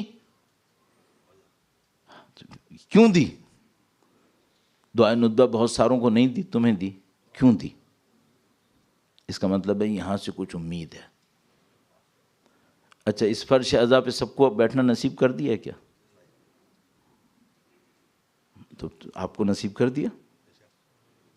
اس کا مطلب کیا ہے؟ اس کا مطلب ہے یہاں سے کچھ امید ہے. صحیح ہے، آپ اس امید کو پورا کرو. ہاں، آپ کو موقع مل گیا. اور الحمدللہ رب العالمین، خدا نے دلوں میں محبت بھی ڈال دی، خدا نے دلوں میں احترام بھی ڈال دیا، عقل بھی دے دی، شعور بھی دے دیا. ابھی الحمدللہ دیکھو کتنا دلوں کے اندر جو بات جاتی ہے وہ کتنی عجیب ہے. آپ یہاں بیٹھے ہیں سید الشہداء کی عزا میں، اور میں اگر آپ سے صرف اتنا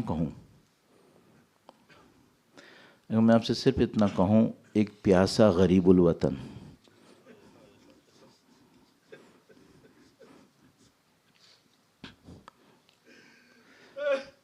ابھی تو کچھ بھی نہیں ہوا، مصائب کا تو کچھ بھی نہیں کہا میں نے.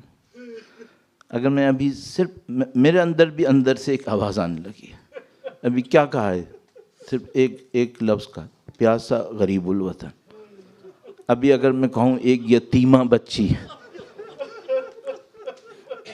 آپ کیوں رو رہے ہو؟ کیوں روئے ہو؟ اگر میں آپ سے کہوں زندان شام، آپ کے دلوں سے آواز آنے لگتی ہے. یہ کس بات کی نشانی ہے؟ یہ اس بات کی نشانی ہے دلوں میں کوئی محبت بسی ہوئی ہے. اگر میں آپ سے کہتا ہوں نہر فرات،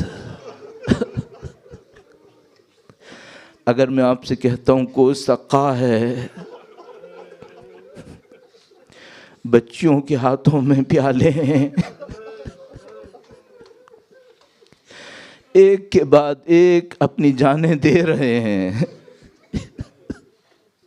یہ سب آپ کے دلوں پہ اثر ڈال رہا ہے. کیوں آپ کے دلوں پہ اثر ڈال رہا ہے؟ آپ کے دلوں میں محبت بسی ہوئی ہے امام حسین کی، امام حسین کی محبت. اور میں حقیقت عرض کروں، یہ سید الشہداء کی محبت بھی ایک اور محبت کے سائے میں آئی ہے. اور وہ محبت کس کی؟ وہ مادر حسین کا احترام ہے. یہ وہاں سے آیا ہے، مادر حسین کا احترام آیا ہے. اور مادر حسین کا احترام اتنا عجیب تھا جب سید الشہداء نے شب عاشور چراغ کو بجھایا اور اپنے اصحاب سے کہا کہ چلے جاؤ، تو ان میں سے بعض نے کھڑے ہو کر کہا کہ حسین اگر یہاں سے گئے تو سیدہ کو کیا منہ دکھائیں گے؟ آپ کی ماں کو کیا منہ دکھائیں گے؟ کل ہم قیامت کے دن میں ہوں گے، سب محشر کھڑے ہوئے ہوں گے، اور اس موقع پر بی بی سیدہ تشریف لائیں گی، اور خدا انہیں حکم دے گا کہ سیدہ جس کی شفاعت آپ نے کرنی ہے اب کر لیں. اور سیدہ کہیں گی کہ جو میرے بیٹے کے چاہنے والے تھے، مجھے وہ شفاعت چاہیے، مجھے وہ شفاعت چاہیے. تو انہوں نے کہا ہم نہیں چھوڑ کے جا سکتے. ایک کے بعد ایک قربانیاں دیتے رہے. عزیزو، کس کے مصائب عرض کروں؟ میں اپنے دل میں سوچتا ہوں بڑے عجیب لوگ تھے وہ لوگ. ایک دو کے بس نام لیتا ہوں. آج کا دن چونکہ اس طرح کا ہے کہ آپ مصائب میں کسی اور کا نام بھی لے سکتے ہیں. تو ایک موقع تھا جب ظہر کی نماز کا وقت آیا، ابو ثمامہ سائدی تشریف لائے. کہا اے اللہ کے نبی کے بیٹے، ہم آپ کے پیچھے نماز پڑھنا چاہتے ہیں، اپنی آخری نماز. کہا خدا تمہیں مصلین میں سے قرار دے. پھر عزیزو پھر دو معاملے تھے یا تو خیمے کے اندر جماعت ہو یا خیمے کے باہر جماعت ہو۔ سید الشہداء نے کہا میں خیمے کے باہر جماعت کروں گا۔ خیمے کے باہر جماعت کا مطلب ہے کہ دشمن تیر ماریں گے، اور سید الشہداء کو پتہ تھا کہ تیر چلیں گے، یہ اتنے کافر ہیں کہ یہ نماز کی اجازت نہیں دیں گے۔ سید الشہداء نے پھر بھی خیمے کے باہر جماعت کی، اور 2 مجاہد سید الشہداء کے سامنے آئے، کہا مولا آپ نماز پڑھیں، تیروں کو ہم اپنے اوپر روکیں گے۔ یہ کل میں آپ کی خدمت میں عرض کروں گا کہ اٹیچمنٹ سے ریفلیکشنز آ جاتی ہیں ارادے کے بغیر، لیکن عزیزو یہ جو 2 آدمی کھڑے تھے نا، ان کی ساری اٹیچمنٹ امام حسین کے اتنے ساتھ تھی، اگر میں کسی تیر کو آتا ہوا دیکھوں تو میں خود بخود سائڈ میں ہو جاؤں گا۔ ان کی اٹیچمنٹ اتنی تھی کہ امام کی طرف جو تیر آتا تھا یہ اس تیر کے سامنے آتے تھے۔ اتنے سینے کے اوپر تیر کھائے کہ ایک موقع پر انتظار کرتے رہے کہ میرے مولا کی نماز پوری ہو جائے۔ جب نماز پوری ہو گئی تو زمین پر گرے۔ سید الشہداء نزدیک آئے اور کہا کہ انہوں نے فوراً صرف ایک جملہ پوچھا، عزیزو دیکھو اب میں نے بتایا تھا نا کہ یہ معاملہ جنت سے بہت آگے کی بات ہے، تو یہ جیسے ہی گرے انہوں نے نہیں کہا مولا میں جنت میں گیا یا نہیں گیا، انہوں نے کہا مولا کیا میں نے اپنا کام کر لیا ہے؟ ان کی عظمت کو سلام واقعان، کہا مولا میں نے اپنا کام کر دیا کیا؟ ارے انہوں نے اپنا کام کر دیا۔ عزیزو ایک اور تذکرہ کر دوں، 1-2 منٹ کے اندر بس۔ عزیزو باقی تو سب کا تذکرہ ہوگا یقیناً انشاءاللہ آگے آنے والے دنوں میں، لیکن ہم سب لوگ انڈیپٹڈ ہیں ایک عظیم الشان ہستی کے، جس کا دنیا میں کوئی احترام نہیں کرتا تھا، اس کا کوئی احترام نہیں ہوتا تھا۔ اور ایک موقع کے اوپر جب سید الشہداء نے ان کو بلایا اور کہا کہ جان تم میدان چھوڑ کر چلے جاؤ، تو انہوں نے کہا کہ مولا آپ نے یہ کام کیوں کیا؟ کہا کہ ہم غلاموں کو سختی کے وقت کے لیے نہیں رکھتے، ہم غلاموں کو آسانی کے وقت کے لیے رکھتے ہیں۔ جب سختی کا وقت آتا ہے تو ہم غلاموں کو آزاد کر دیتے ہیں۔ ہم نے تمہیں آزاد کیا، تم یہاں سے میدان چھوڑ کر چلے جاؤ، اور کوئی بھی دشمن تم سے سوال کرے تو تم اس کو بتا دینا کہ میں تو غلام تھا، میں حسین کا غلام تھا، میں غلامی میں ساتھ آیا تھا اور اب مجھے آزاد کر دیا تو میں واپس جا رہا ہوں۔ اب لوگ توقع کیا کر رہے ہوں گے دنیا میں کہ مثلاً وہ کہہ کہ چلو میری جان چھٹی اور میں گیا، لیکن یہ عزیزو یہ کچھ اور ہی ہے، یہ کچھ اور ہے۔ اس نے سید الشہداء کی طرف دیکھا، انہوں نے سید الشہداء کی طرف دیکھا اور کہا کہ مولا ایک عرض میری بھی ہے، اگر آپ، امام نے فرمایا کیا کہنا چاہتے ہو؟ کہا مولا میں سالوں سے آپ کے گھرانے کی خدمت کر رہا ہوں، اور سالوں سے جب میں آپ کی خدمت کرتا تھا، آپ نبی کے نواسے ہو، میں نے ساری زندگی آپ کی خدمت کی، تو میں ہمیشہ ہی سوچتا تھا کہ میں تو کالا ہوں، میں تو سیاہ فام ہوں، میں اپنے مولا کے کیا کام آؤں گا، لیکن اگر خدا کبھی مجھے موقع دے گا تو میں حسین پر قربان ہو جاؤں گا۔ اگر خدا مجھے موقع دے دے، ارے حسین تو بہت بڑا نام ہے، ان کا تو خاندان بہت بڑا ہے، ان کے چاہنے والے اتنے ہیں، مجھے کہاں موقع ملے گا، لیکن اگر کبھی خدا نے موقع دیا میں اپنی جان قربان کروں گا۔ اے مولا اب اتنا آ گیا ہوں، اب مجھے یہاں سے مت بھیجو، میری پوری زندگی کی دولت لگی ہوئی ہے، میری خواہش لگی ہوئی ہے یہاں پر، اے مولا میرا خون پست ہے، آپ کا خون اعلیٰ ہے، مجھے اسی خون کے ساتھ قربان ہو جانے دو۔ سید الشہداء نے عشق دیکھا، سید الشہداء نے حسن دیکھا اور کہا میں تم کو اجازت دیتا ہوں، جاؤ اپنے آپ کو قربان کر لو۔ عزیزو یہ بندے خدا اپنی ذرا گرا دیتا ہے، لوہے کا خود گرا دیتا ہے، اپنے آپ کو دشمن کے سامنے لاتا ہے شمشیر ہاتھ میں لے کر، اور یہ فرماتے ہیں اب آؤ حسین کے غلاموں کی جنگ دیکھو۔ ہم جانے بچانے نہیں آئے ہیں، ہم جانے لٹانے آئے ہیں، ہم وہ ہیں جنہوں نے اس جان دینے کو خرید لیا ہے، ہم جان دینے آئے ہیں۔ عزیزو ان کی شہادت واقع ہو گئی۔ اب آگے اگر یہ ختم ہو جاتا نا تو معاملہ یہیں پہ بہت چھوٹا رہ جاتا، لیکن اب بات اور آگے گئی ہے، اور آگے گئی، معاملہ جنت کا معاملہ نہیں ہے، یہ معاملہ کچھ اور ہے۔ جب زمین پر گرے اصحاب گئے کہنے لگے ہم جون کا لاشا لاتے ہیں۔ سید الشہداء نے کہا سب بیٹھ جاؤ، میں حسین خود جاؤں گا جون کا لاشا لانے کے لیے۔ کیا مطلب ہے کہ میرا غلام اسی طرح لاؤں گا جیسے علی اکبر کو لے کر آیا تھا. امام حسین خود آئے علی جون کے لاشے کے اوپر جون کا چہرہ اٹھایا, اپنے زانوں کے اوپر رکھا. جون کے اندر تھوڑی سی جان باقی تھی, دیکھا میرا سر امام حسین کے زانوں پر ہے. تھوڑا سا مسکرائے, وہیں پر اس مقدس جگہ پر جان دے دی.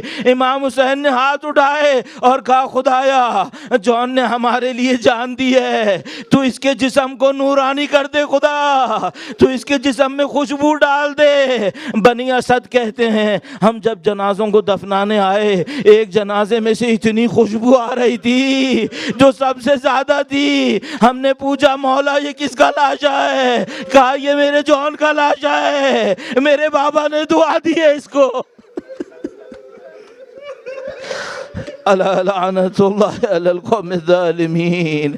آئیزو اگر میں دعا مانگوں خدایا جب تو جون کو یہ مقام دے سکتا ہے, خدایا ہمیں امام حسین کے چاہنے والے ہیں, ہمیں اس راستے پر چلنے کی سعادت نصیب فرما.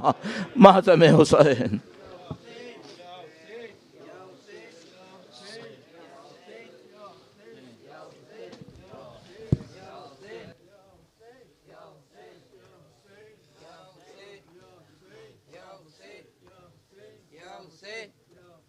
Ya Hussein, Ya Hussein, Ya Hussein, Ya Hussein, Ya Hussein, Ya Hussein,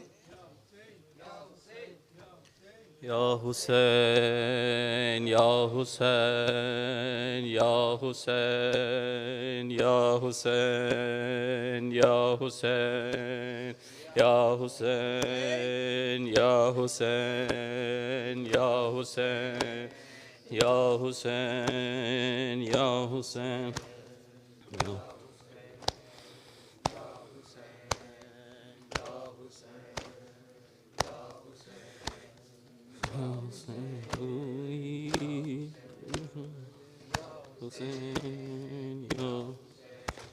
ملتی ہی نہیں کوئی مثال ایسی دہر میں, ملتی ہی نہیں کوئی مثال ایسی دہر میں, ملتی ہی نہیں کوئی مثال ایسی دہر میں, ملتی ہی نہیں کوئی مثال ایسی دہر میں, ملتی ہی نہیں کوئی مثال ایسی دہر میں, ملتی ہی نہیں کوئی مثال ایسی دہر میں. بے گور و کفن بھائی, بے گور و کفن بھائی, ہم شیر سفر میں, ملتی ہی نہیں کوئی مثال ایسی دہر میں, ملتی ہی نہیں کوئی مثال ایسی دہر میں, ملتی ہی نہیں کوئی مثال ایسی دہر میں. فاطمہ زہرا کا غضب کس نے کیا ہے, حق فاطمہ زہرا کا غضب جس نے کیا ہے, وہ دوست بلا کیا ہے, وہ دوست بلا کیا ہے, پیغمبر کی نظر میں ملتی نہیں کوئی مثال ایسی دہر میں, ملتی نہیں کوئی مثال ایسی دہر میں, ملتی نہیں کوئی مثال ایسی دہر میں. 6 ماہ کے بچے کو سینے سے پیش آیا, 6 ماہ کے بچے کو بھی نیزے پہ چرایا. کیا چھوڑا ہے امت نے, کیا چھوڑا ہے امت نے میرے بھائی کے گھر میں. ملتی نہیں کوئی مثال ایسی دہر میں, ملتی نہیں کوئی مثال ایسی دہر میں, ملتی نہیں کوئی مثال ایسی دہر میں. خاموش چلی جاؤں بھلا شام میں کیسے, خاموش چلی جاؤں بھلا شام میں کیسے. شبیر کا لاشا ہے, شبیر کا لاشا ہے میری راہ گزر میں. ملتی نہیں کوئی مثال ایسی دہر میں, ملتی نہیں کوئی مثال ایسی دہر میں, ملتی نہیں کوئی مثال ایسی دہر میں.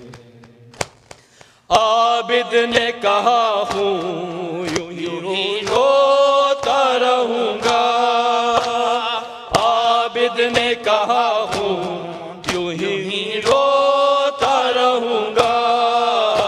پھوپھی کی اسیری نے, پھوپھی کی اسیری نے کیے زخم جگر میں. ملتی نہیں کوئی مثال ایسی زہر میں, ملتی نہیں کوئی مثال ایسی زہر میں, ملتی نہیں کوئی مثال ایسی زہر میں. کرتی تھی خواتین ملاقات کو جس میں, کرتی تھی خواتین ملاقات کو جس میں. زینب سر اریاں ہے, زینب سر اریاں ہے اسی کوفہ شہر میں.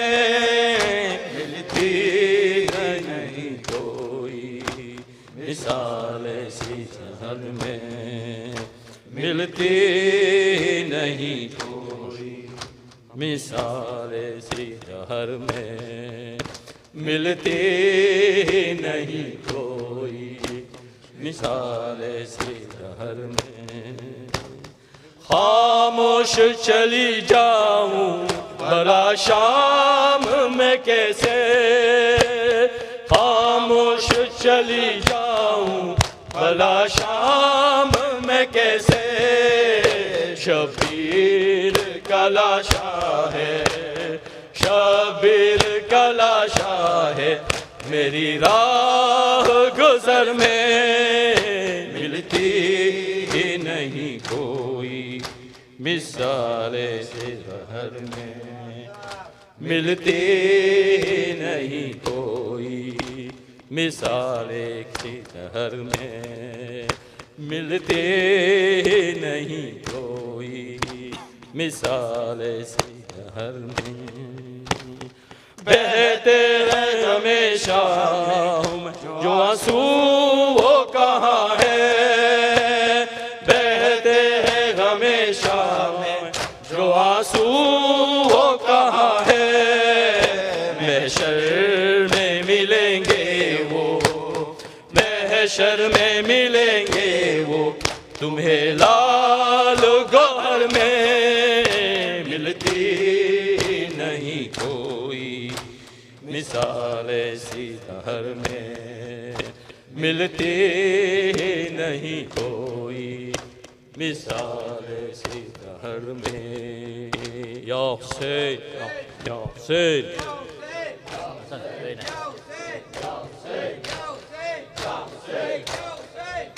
Take it. Oh, you want to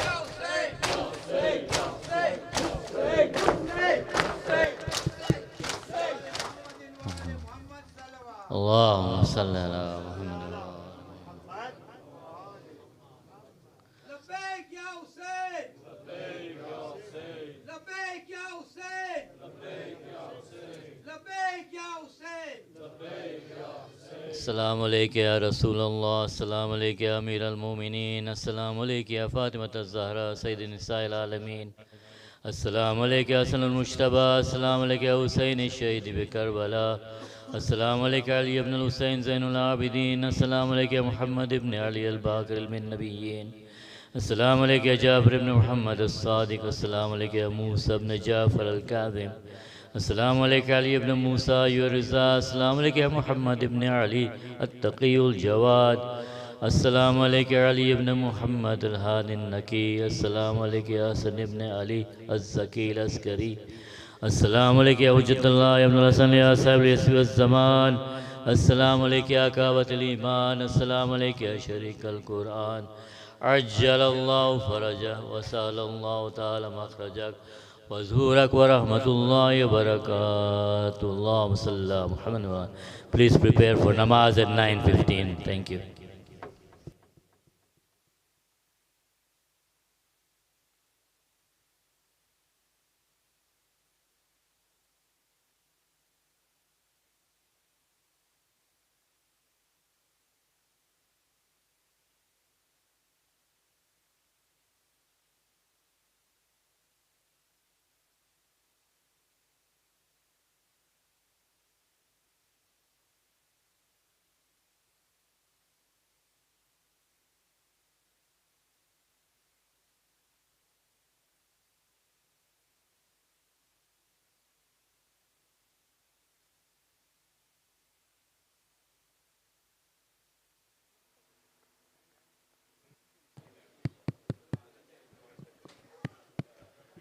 Muhammad wa ali Muhammad salawat.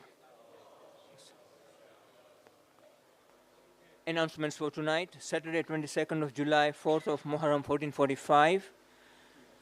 Daily programs information can be found on our website or via our WhatsApp messaging service. Al-Hadi Youth announcement. Al-Hadi Youth are holding 2 interactive question and answer sessions this weekend. The first is tonight with Sheikh Murtaza Bachu on his topic from his lecture series Unlocking the Human Potential. And the second one is tomorrow, Sunday 23rd of July with Syed Ali Murtaza Zaidi on the topic Muharram as a vehicle for internal revolution. Both sessions will be in English and are open to ladies and gents. They will take place in the gents' main hall straight after the main program tonight and tomorrow respectively. For those who plan to attend either of the sessions, please park in the main center car park when arriving for the main program. Muharram Majlis sponsorship scheme is £900 per night. Those wishing to sponsor either in part or full, please contact Brother Sajjad Tejani or myself in the gents or the chair lady Nasima by Karim in the ladies. Muharram Niyaz Fund is also open. Please donate generously at the treasury desk. Those who have not paid their membership should pay at the Jamaat desk or online. And those wishing to depart the center in good time, please park in the Rugby or the Mandir car park.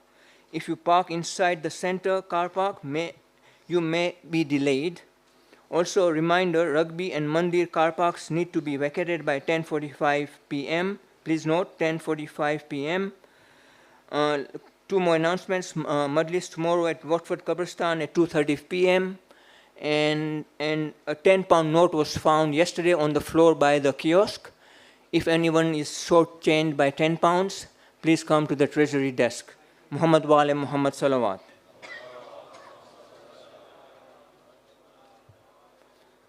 Now please can we welcome our President, Siptan Ali Bhai, with salawat ala Muhammad wa ali Muhammad.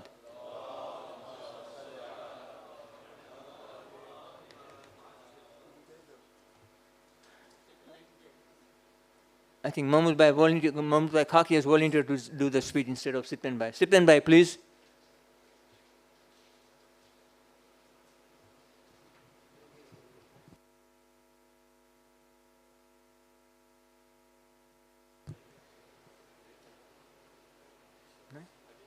No? Carry on with the rest of the program, Sant.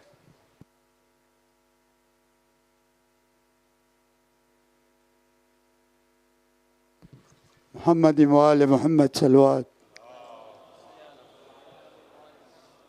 بسم الله الرحمن الرحیم. بحق ابا عبداللہ الحسین.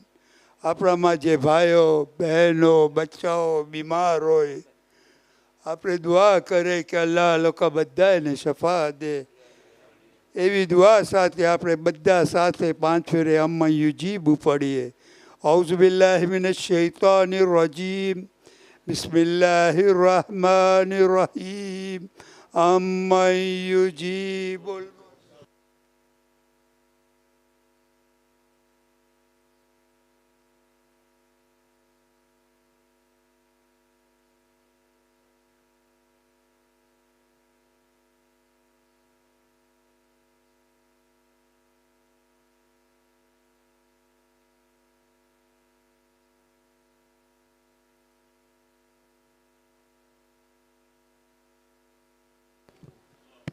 Muhammad wa ali Muhammad salawat.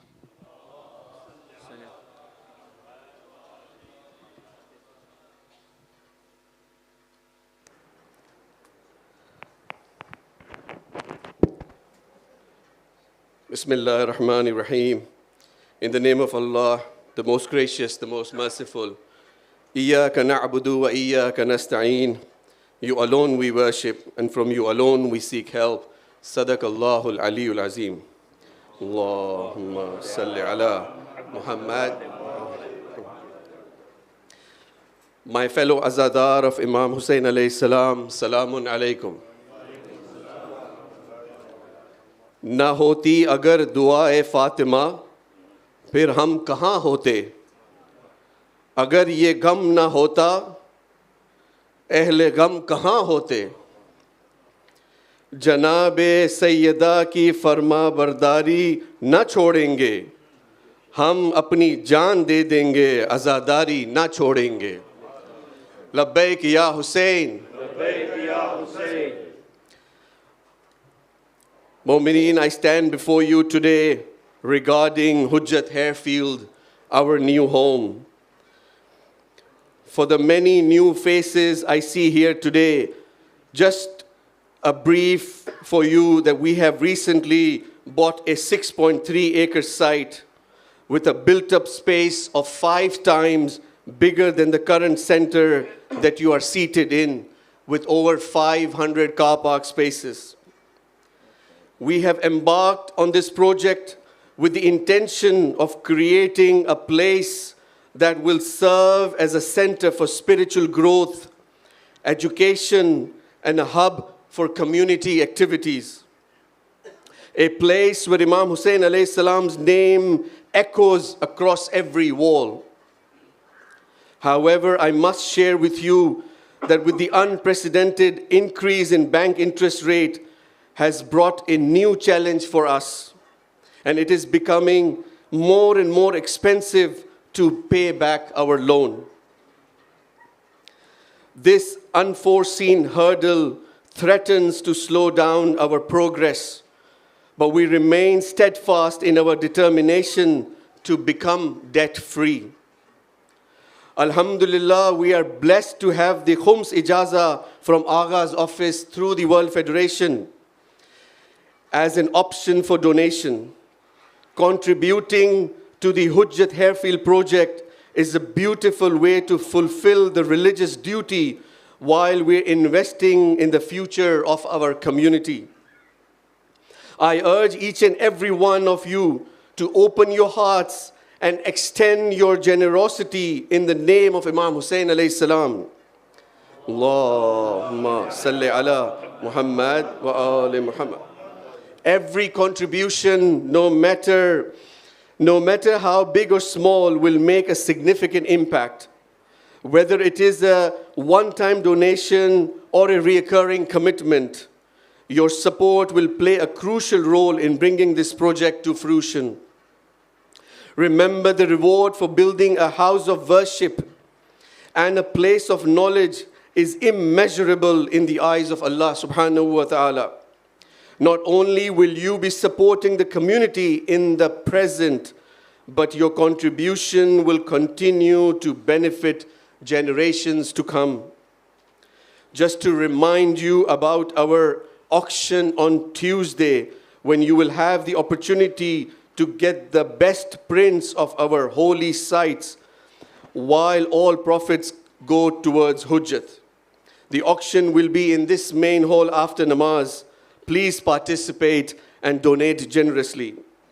Please reach out to members of the team, come to the treasury desk, or visit our website to donate in the name of Imam Hussein. Bar Muhammadin wa ali Muhammad salawat.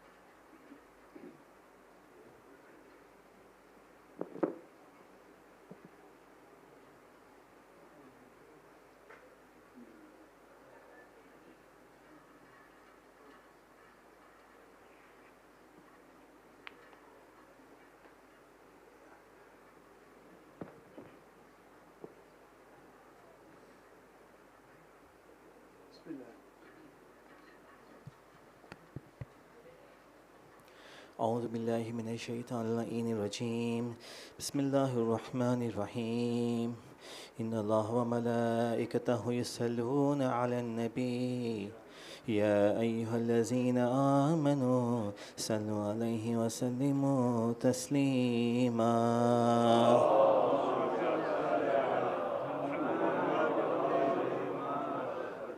الله أكبر الله أكبر الله أكبر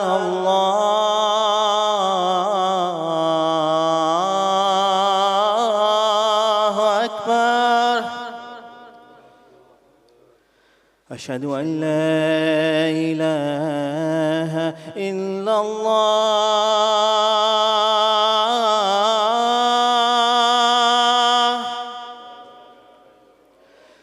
أشهد أن لا إله إلا الله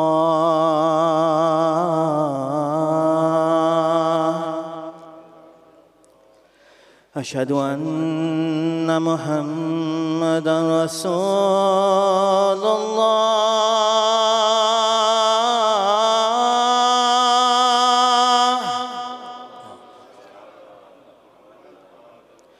أشهد أن محمدا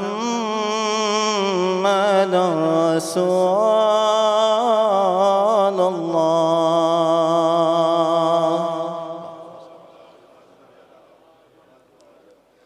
أشهد أن عليا ولي الله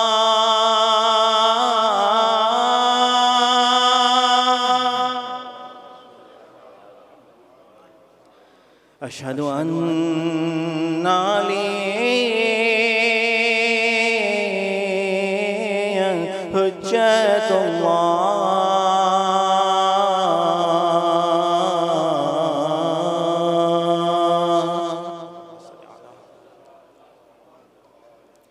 هيا على السلام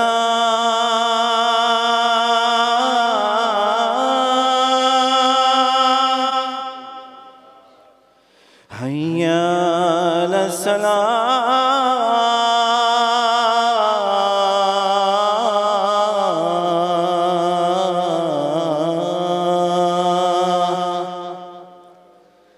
هيا على الفلاح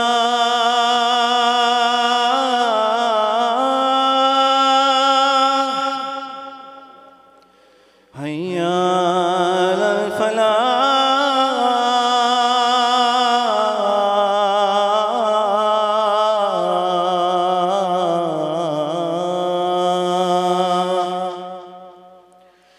هيا على خير العمل هيا على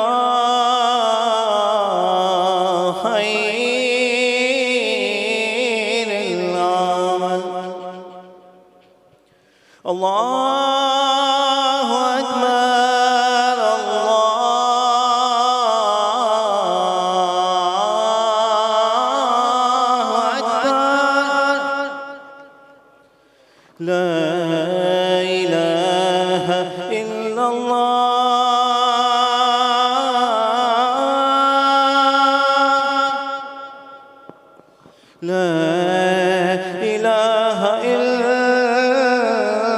الله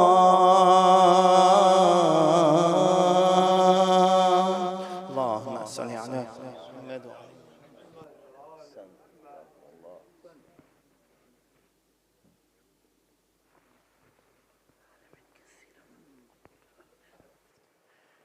الله أكبر الله أكبر أشهد أن لا إله إلا الله أشهد أن لا إله إلا الله أشهد أن محمدا رسول الله أشهد أن محمدا رسول الله أشهد أن مولانا أمير المؤمنين عليا ولي الله أشهد أن عليا وأبناءه المعصومين حجج الله حي على الصلاة حي على الصلاة حي على الفلاح حي على الفلاح حي على خير العمل حي على خير العمل قد قامت الصلاة قد قامت الصلاة الله أكبر الله أكبر لا إله إلا الله أستغفر الله ربي من كل ذنب وأتوب إليه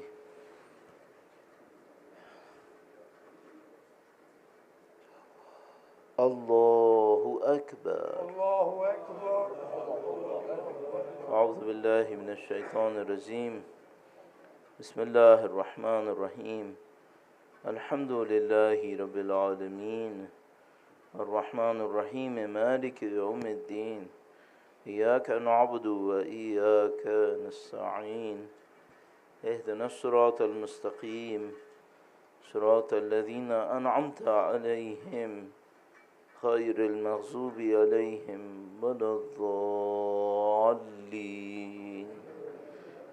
بسم الله الرحمن الرحيم إنا أعطيناك الكوثر فصل لربك وانحر إن شانئك هو الأبتر الله أكبر سبحان ربي العظيم بحمده اللهم صل على محمد وآل محمد سمع الله لمن حمده الله أكبر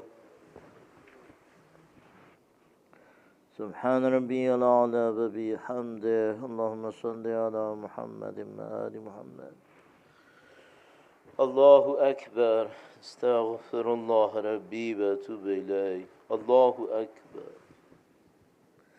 سبحان ربي الأعلى وبحمده اللهم صل على محمد وآل محمد الله أكبر بحول الله وقوته فقوموا وأقعد بسم الله الرحمن الرحيم الحمد لله رب العالمين الرحمن الرحيم مالك يوم الدين إياك نعبد وإياك نستعين اهدنا الصراط المستقيم صراط الذين أنعمت عليهم غير المغضوب عليهم ولا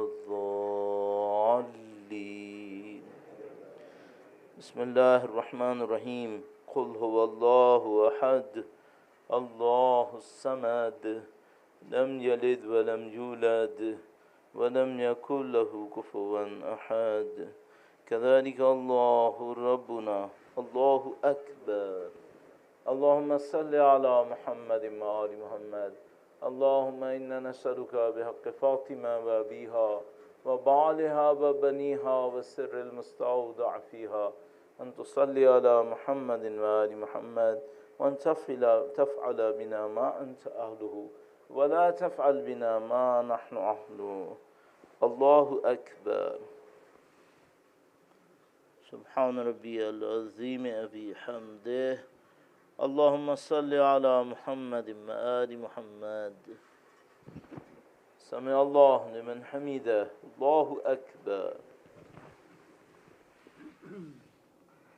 سبحان ربي الأعلى وبحمده اللهم صل على محمد وآل محمد الله أكبر استغفر الله ربي وأتوب إليه الله أكبر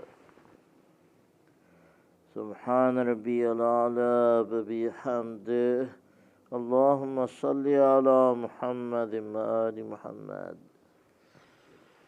الله أكبر الحمد لله أشهد أن لا إله إلا الله وحده لا شريك له وأشهد أن محمدا عبده ورسوله اللهم صل على محمد وآل محمد وتقبل شفاعته وارفع درجته بحول الله وقوته أقوم وأقعد سبحان الله والحمد لله ولا إله إلا الله والله أكبر سبحان الله والحمد لله ولا إله إلا الله والله أكبر سبحان الله والحمد لله ولا إله إلا الله والله أكبر الله أكبر سبحان ربي العظيم وبحمده اللهم صل على محمد وآل محمد وعجل فرجهم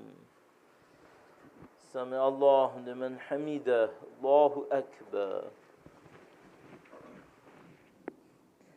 سبحان ربي الأعلى وبحمده اللهم صل على محمد وآل محمد الله أكبر استغفر الله ربي وأتوب إليه الله أكبر سبحان ربي الأعلى وبحمده اللهم صل على محمد وآل محمد يا خير المسؤولين ويا خير المعطين ارزقني وارزق عيالي من فضلك فإنك ذو الفضل العظيم يا رحمن الدنيا والآخرة ورحيمهما صل على محمد وآل محمد الله أكبر بسم الله بالله خير الأسماء لله أشهد أن لا إله إلا الله وحده لا شريك له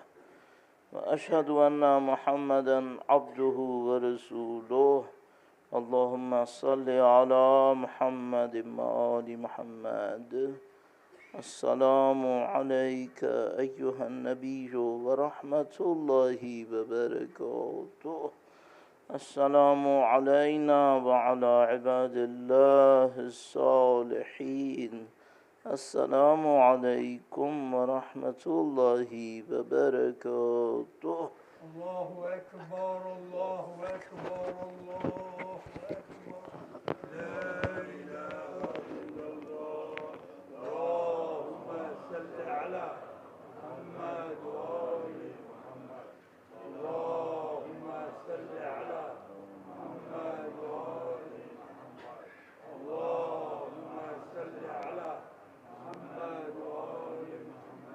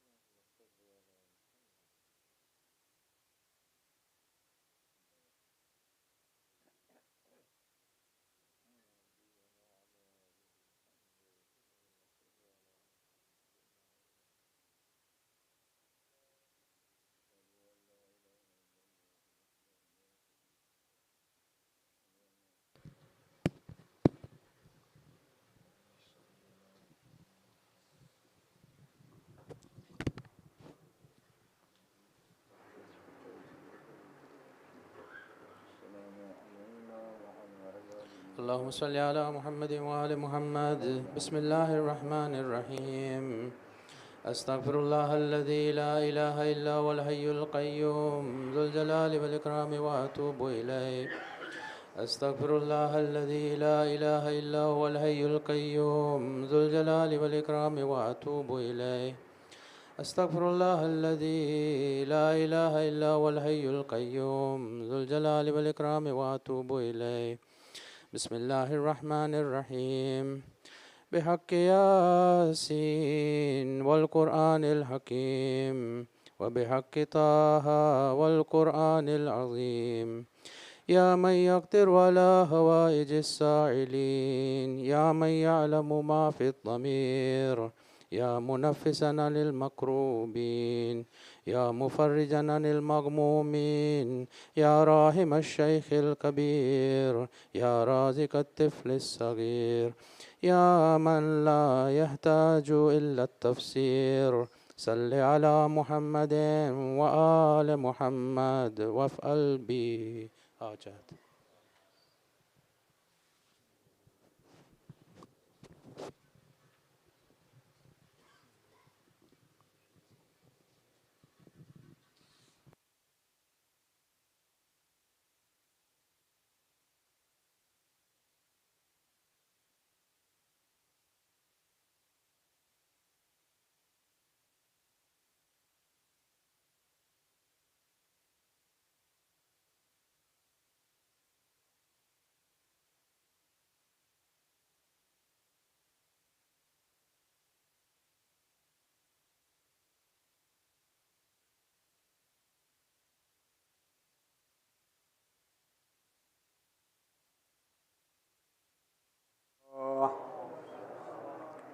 أشهد أن أمير المؤمنين وإمام المتقين عليا حجة الله.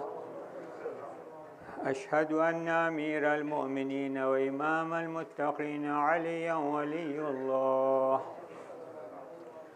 حي على الصلاة، حي على الصلاة، حي على الفلاح، حي على الفلاح، حي على خير العمل، حي على خير العمل. قد قامت الصلاة، قد قامت الصلاة. الله أكبر، الله أكبر، لا إله إلا الله. أستغفر الله ربي من كل ذنب وأتوب إليه. الله أكبر، الله أكبر. بسم الله الرحمن الرحيم. الحمد لله رب العالمين، الرحمن الرحيم، مالك يوم الدين. إياك نعبد وإياك نستعين.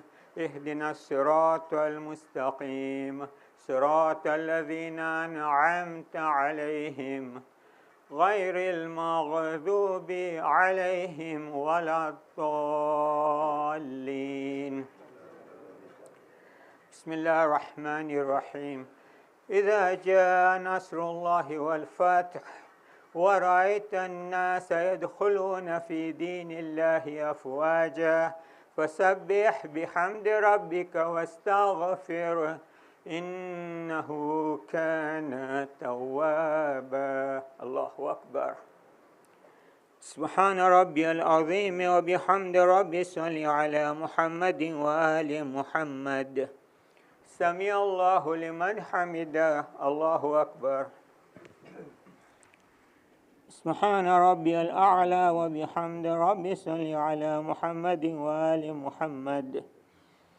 الله أكبر. أستغفر الله ربي وأتوب إليه. الله أكبر.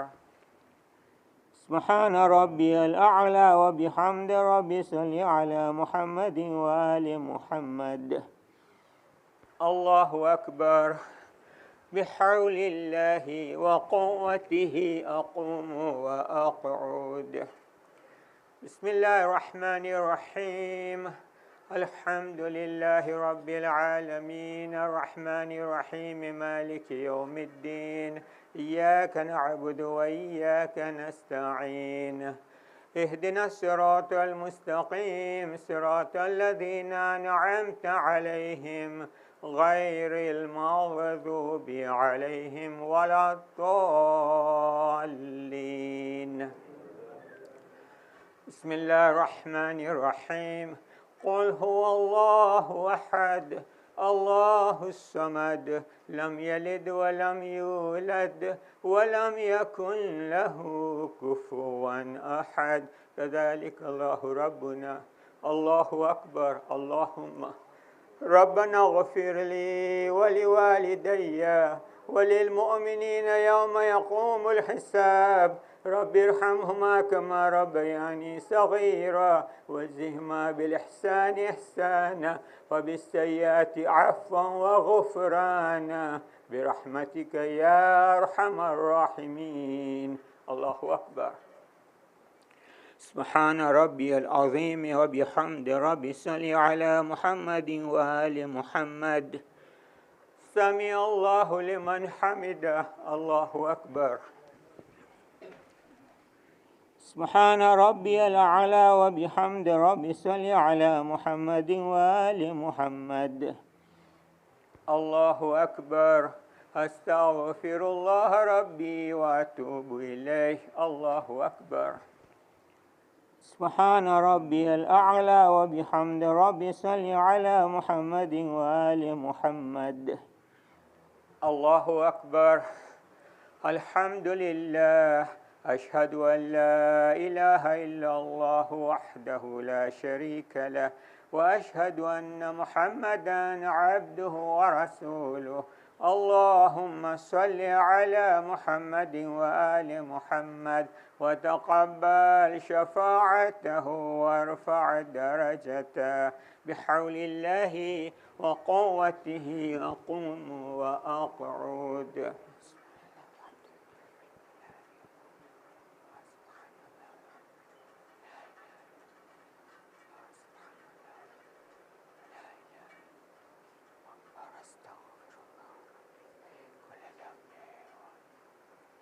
الله أكبر.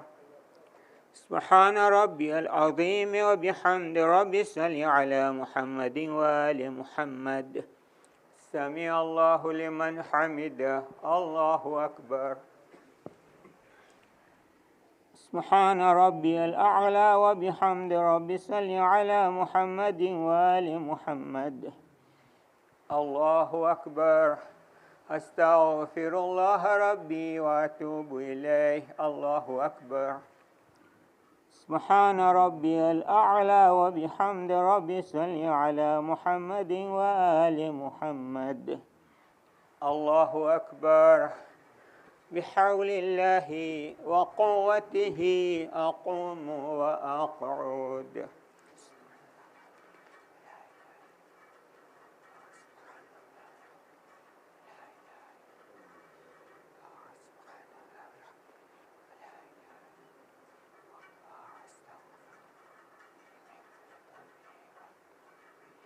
الله أكبر.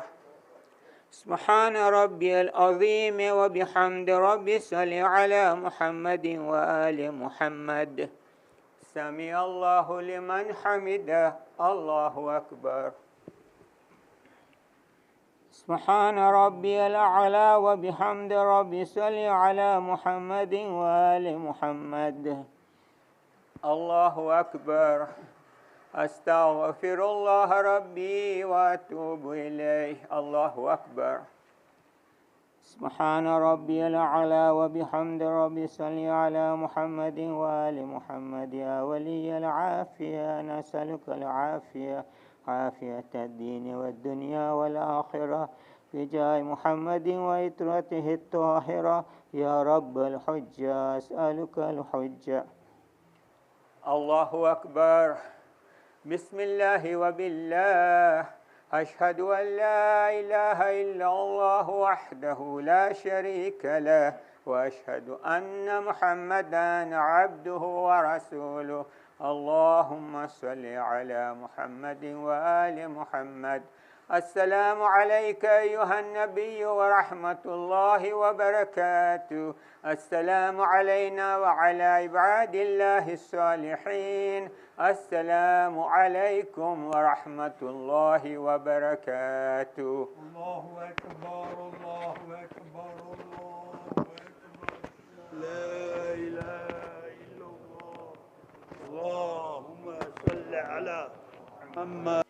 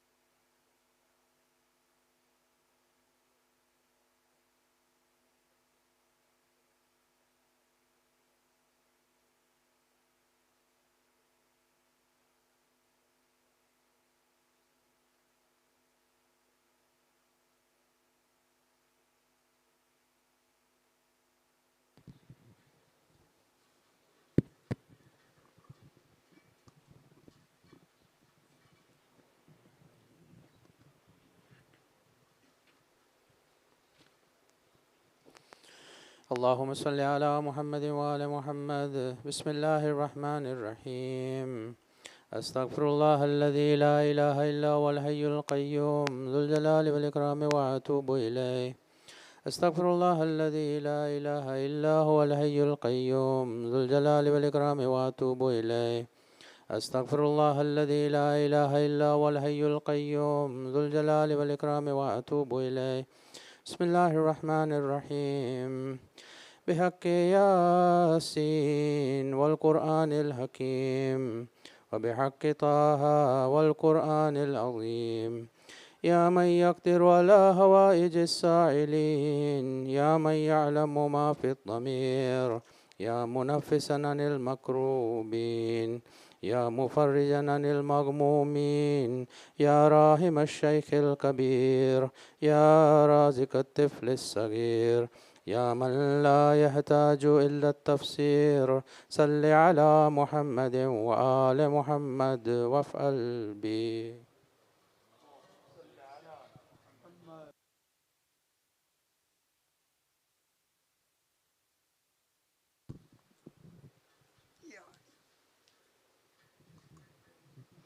السلام عليك يا رسول الله. السلام عليك يا نبي الله. السلام عليك يا أمير المؤمنين. السلام عليك يا فاطمة الزهراء. السلام عليك يا حسن المجتبى. السلام عليك يا أبا عبد الله الحسين مظلوم شهيد كربلاء. السلام عليك يا أبو الفضل العباس السلام عليك يا أولاد الحسين وأصحاب الحسين. السلام عليك يا علي بن الحسين ومحمد بن علي وجعفر بن محمد وموسى بن جعفر وعلي بن موسى ومحمد بن علي وعلي بن محمد والحسن بن علي. السلام عليك يا صاحب الزمان الأمان الأمان الأمان من فتنة زمان. السلام عليكم جميعا ورحمة الله وبركاته. بسم الله الرحمن الرحيم. اللهم كل وليك حجة ابن الحسن صلواتك عليه وعلى آبائه في هذه الساعة وفي كل ساعة وليا وحافظا وقائدا وناصرا ودليلا وعينا حتى تسكنوا أرزك طوى وتمتعوا فيها طويلا برحمتك يا رب.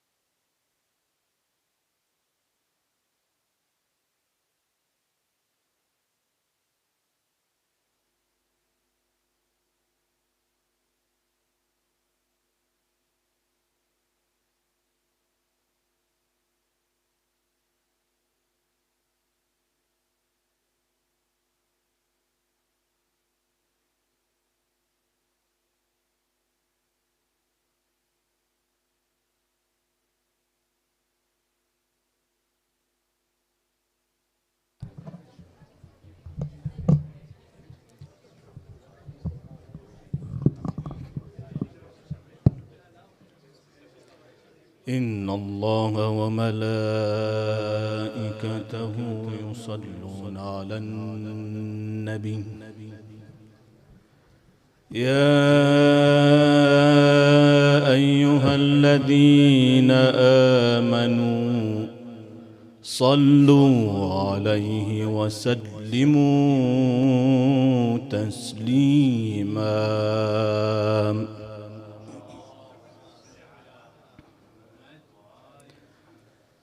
أعوذ بالله من الشيطان الرجيم. بسم الله الرحمن الرحيم.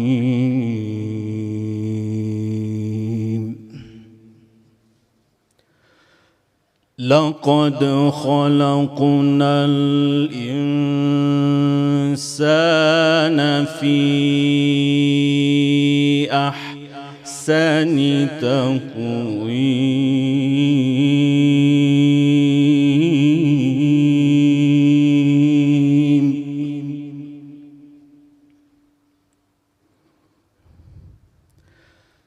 لقد خلقنا الإنسان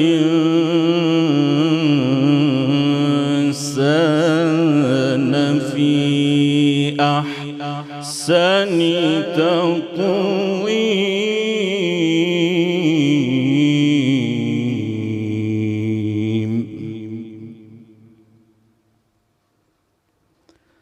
ثم رددناه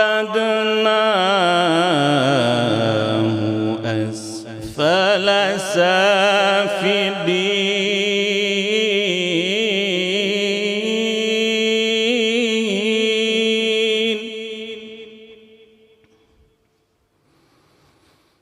إلا الذين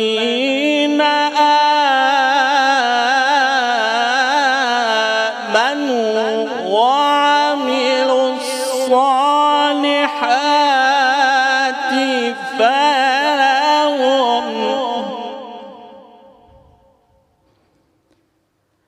فلهم أجر غير ممنون.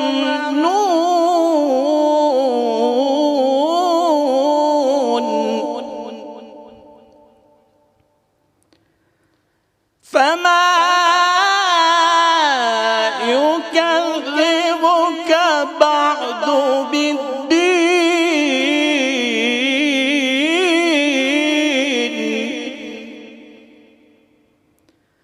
أليس الله بأحكم الحاكمين.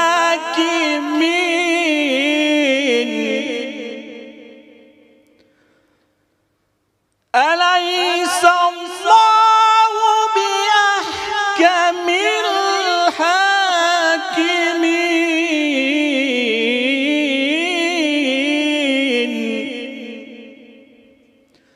الله أكبر. بسم الله الرحمن الرحيم.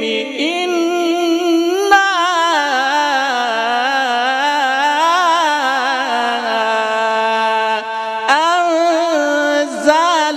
أنزلناه في ليلة القدر. وما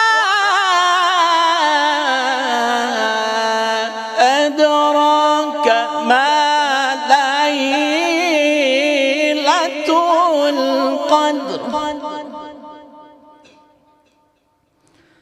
ليلة القدر خير من ألف شهر.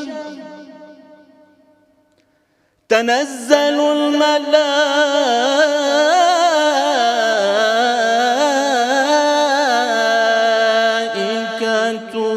والروح فيها بإذن ربهم من كل أمر.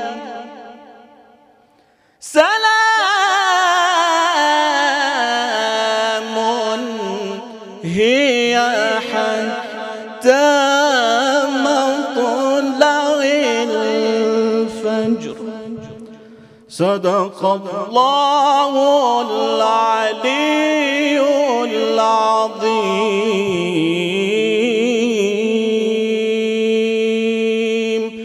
اللهم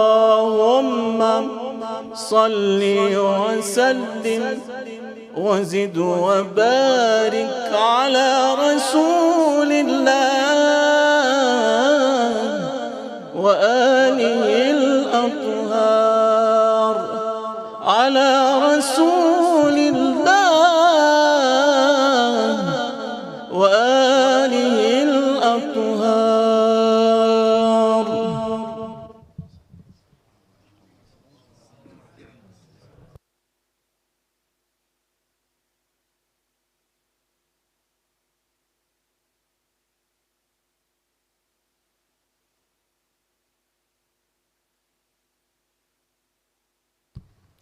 Ahsan, thank you.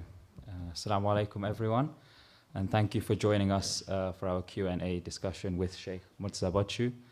We're very honored to have Sheikh with us after his lecture tonight. So thank you, Sheikh, for agreeing to be part of this.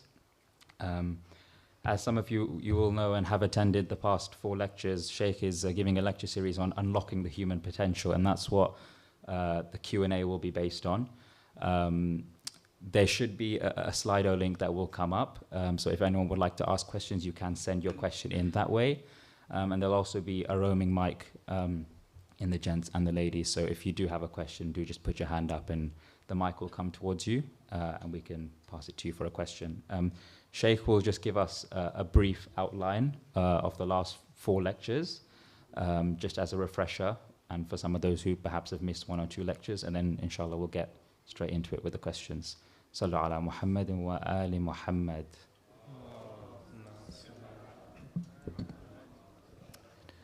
أعوذ بالله من الشيطان الرجيم بسم الله الرحمن الرحيم الحمد لله رب العالمين وبه نستعين وصلى الله على سيدنا محمد وعلى أهل بيته الطيبين الطاهرين اللهم صل على محمد وآل Muhammad. First, I want to thank the brother for a beautiful recitation of the Quran. As the hadith says that everything has a beauty, and the beauty of the Quran is sawtun hasan, to have a beautiful voice for reciting it.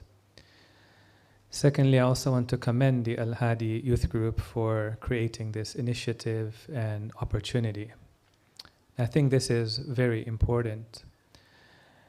About a week or 2 ago, one of the things that you sometimes come to realize in life is that I had an opportunity to speak to one of the scholars that we have in Vancouver. And he is a bit of an unknown scholar, but he is a scholar that is actually a teacher of the Hausa. And he has studied under great teachers of the Hausa.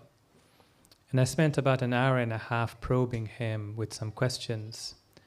And I found that 1 hour and a half was, I could say, the best hour and a half in this whole year for me. And this realization that dawns upon you, that dawned upon me as well, is that sometimes one of the greatest gifts that we have in our cities is the presence of scholars. Okay? And that if a person were to miss their presence, or to miss engaging with them, you know, in Islamic tradition, knowledge is not found in books. In Islamic tradition, knowledge is not found in schools. In Islamic tradition, knowledge is carried in the hearts of people, and we have to engage with them to acquire that knowledge.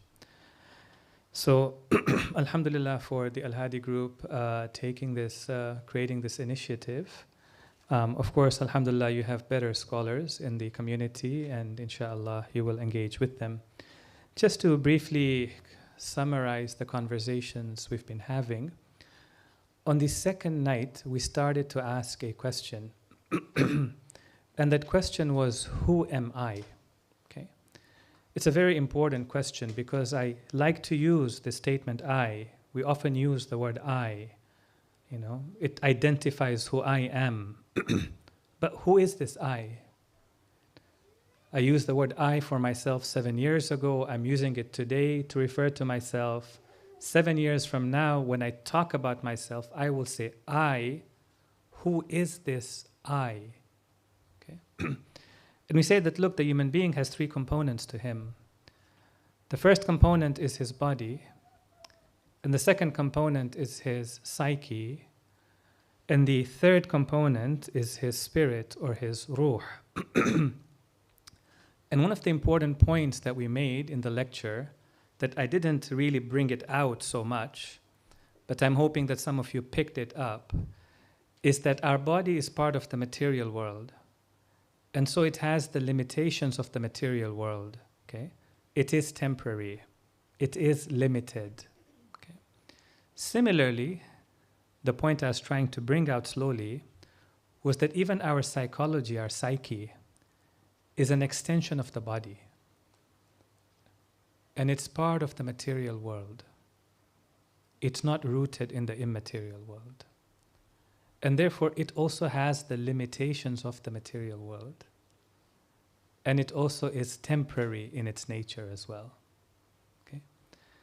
And one way one of my teachers explained this, he said that, think about it, sometimes when you're hungry, you get angry very quickly.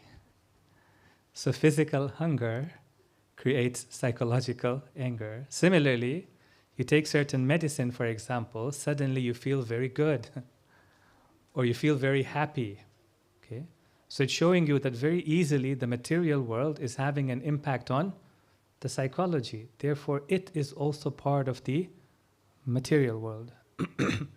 And then we have the spirit, what is known as the ruh. And we started to talk about what are the functionalities of the ruh. Because the ruh is very difficult to understand itself. Allah says in the Quran, وَيَسْأَلُونَكَ عَنِ الرُّوحِ.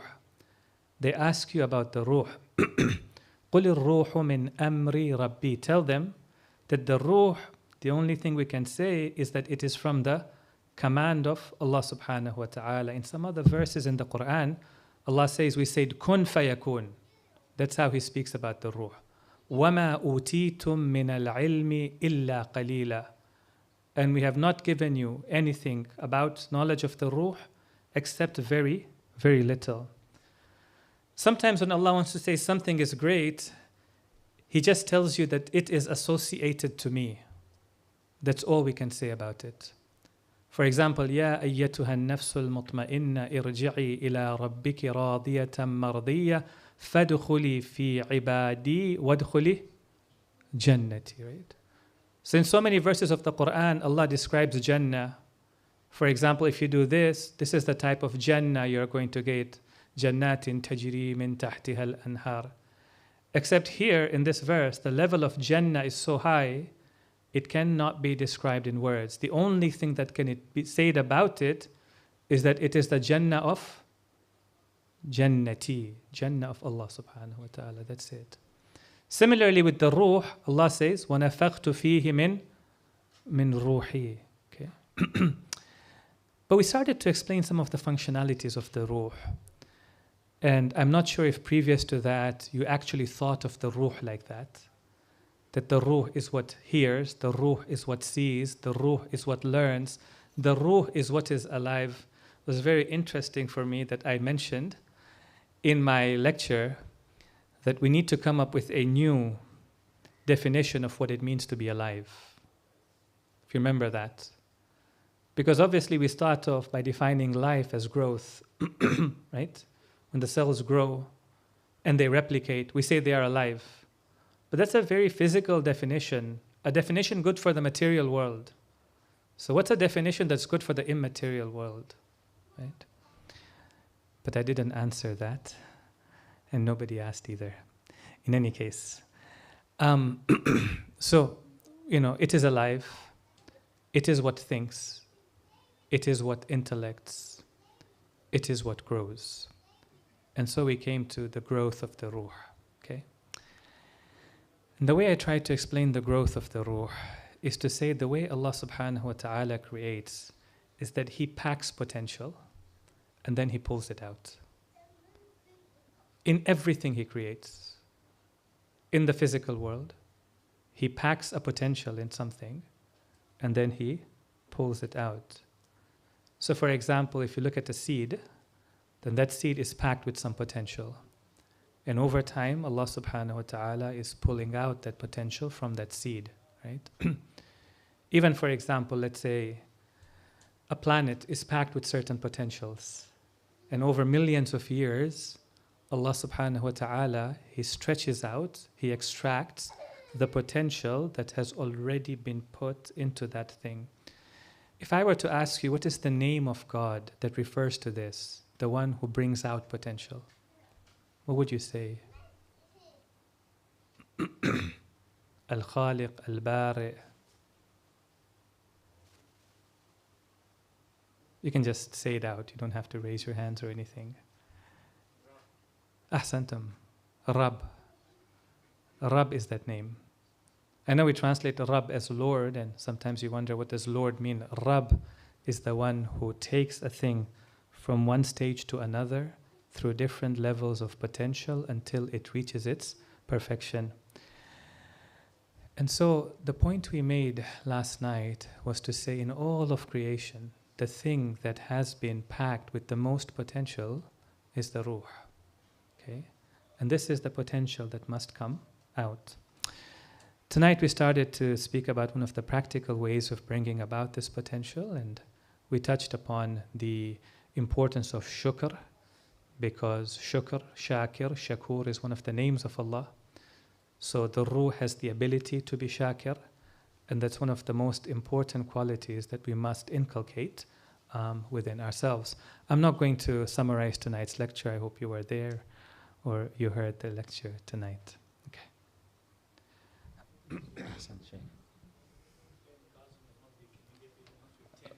Sure. There's currently 10 cars still in the rugby or in the mandir. So if anyone here is parked there, please could you move that now, as they need to close the gates of the rugby and the mandir. Thank you.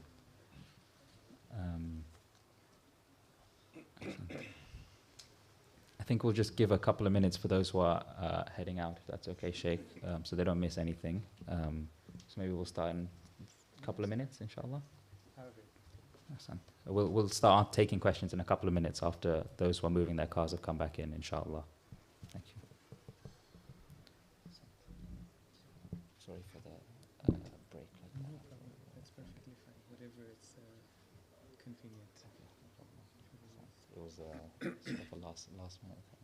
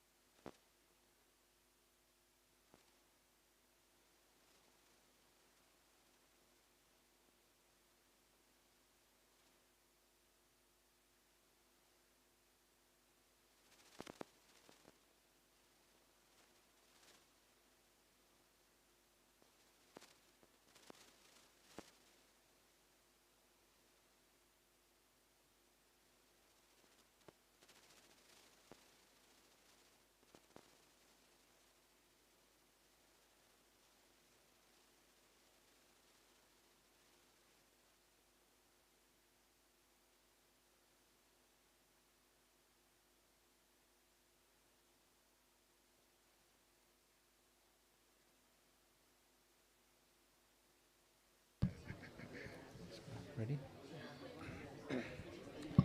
صلوا على محمد وآل محمد. اللهم صل على محمد. Thank you all for your patience. There is just one more car left in the rugby, so if that is anyone's, then please could you go and move that now. We'll get started with the questions now. Quite a few have already come in on Slido. If you don't have the link already, it is up on the screen, #AHY. But if anyone in the audience has a question, we'll take those in priority, so please do raise your hand, and inshallah we'll bring a mic towards you.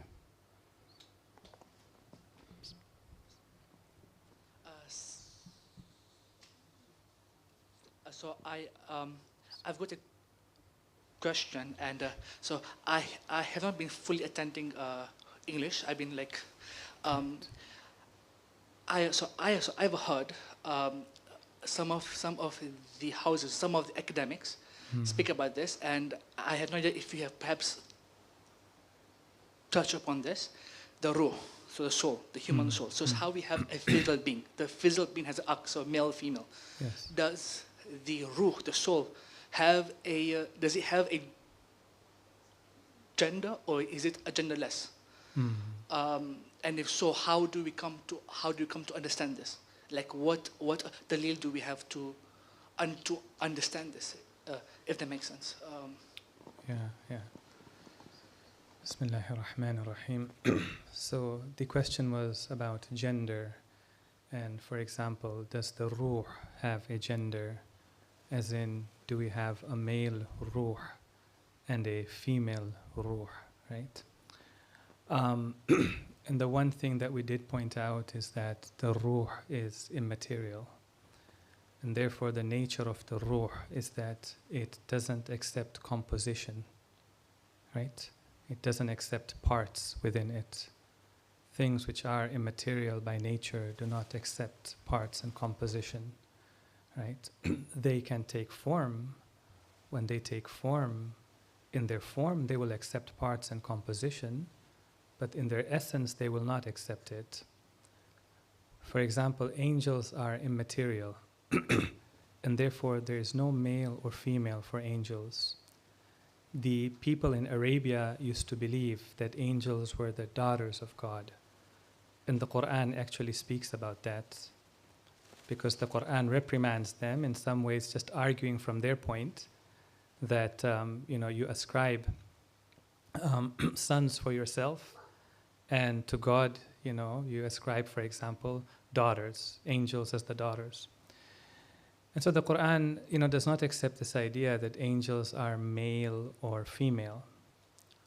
Now obviously your question would then be that, but we do know that angels, for example, have wings, right?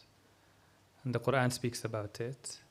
Some have 2 wings, and some have 3, and some have 4. Okay? So here in their original form they don't have wings. In their original form they are immaterial.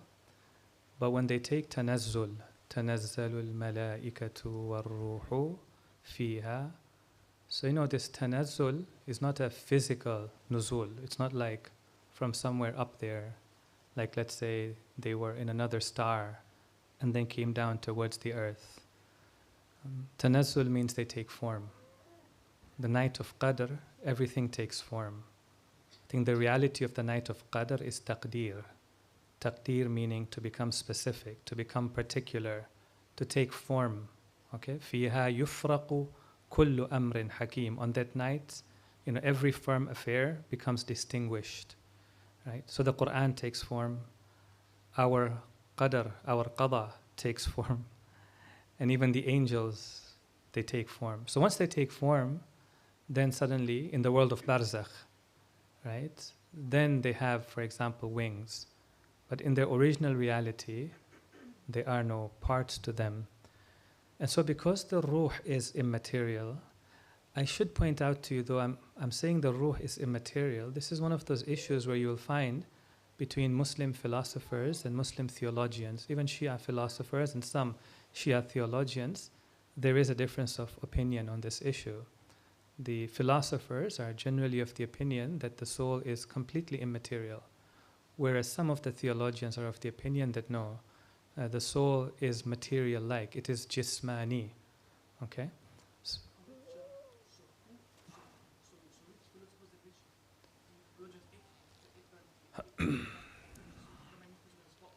Yeah. So, if we, and I can't be a bit 100% sure on the names I'm going to give you, but one would expect someone like Sheikh al-Saduq, for example, or perhaps Sheikh al-Mufid, they might be of that particular opinion that they are theologians, they are Jismani. But later scholars, like let's say Khaja Nasiruddin Tusi, Allama Hilli, and then beyond, they would generally hold the position that the ruh is mujarrad, it is completely immaterial. So if we hold that position, that the ruh is immaterial, I don't know if you've taken any classes in aqa'id, like analytical aqa'id, but if you take, for example, philosophical or theological instructions, Ayatollah Misbah, right? There is that discussion over there. Is the soul material or immaterial? So he will hold the position that it is immaterial, completely immaterial. And so if the soul is completely immaterial, therefore the idea of gender for the soul makes absolutely no sense over there. And you can start to see the practical results of that in one question. And I'm going to just dive into that question a little bit before we go to the next one now. Is one of the questions that arises sometimes is that how come we've never had women who are prophets? We've always had men who are prophets. This question you asked, it has an application here. Yeah? And scholars like Ayatollah Javadi, Amuli, they will make a distinction between the position of nubuwah and the position of wilaya. Okay? And they will say that nubuwah is a responsibility, wilaya is a status and a position. Okay? Wilaya is the haqiqah, the reality. And we won't have time right now to describe what is the meaning of wilaya. There's a very profound discussion on wilaya itself. Wilaya, and especially walaya. Okay? And there is something called nubuwah. So nubuwah is the responsibility, it's the duty, it is the task, okay? And that is more of a responsibility than a position, okay? There Allah subhanahu wa ta'ala has deemed that those who take on the responsibility of nubuwah, mathalan, for example, because they have to deal with the community, they have to deal with war sometimes, they have to deal with battle, they have to deal with very difficult negotiations, deal with the leaders of the tribe, so on and so forth. This should be for the men. That responsibility has not been given to women. But when it comes to wilaya, then men and women are on similar terms there. Because nubuwah is the earthly responsibility, wilaya is the immaterial reality. In that immaterial reality, no distinction between men and women. Sometimes the wilaya of a woman is great, not the earthly wilaya, we're not talking about in the family, we're talking about spiritual status. The wilaya of a woman, for example, and the example that the Quran gives is the example of Lady Maryam alayha salam, right? She seems to have a higher level of walaya than even some other prophets of God, right? For example, she not only hears the angels, but she's also able to see the angels. Whereas there are many prophets of God who are able to hear the angels, but they're not able to see angels. Yet she was able to see when Jibreel came to her, right? And so it shows you that she has a higher level of wilaya. But that's because the wilaya pertains to the ruh, okay? And there's no distinction. But nubuwah pertains to the earthly existence, and there is a distinction. One of the questions that is quite popular on the Slido, which I think you have just sort of touched on a bit, is there a difference between the ruh and the nafs? Would you mind just giving a brief summary?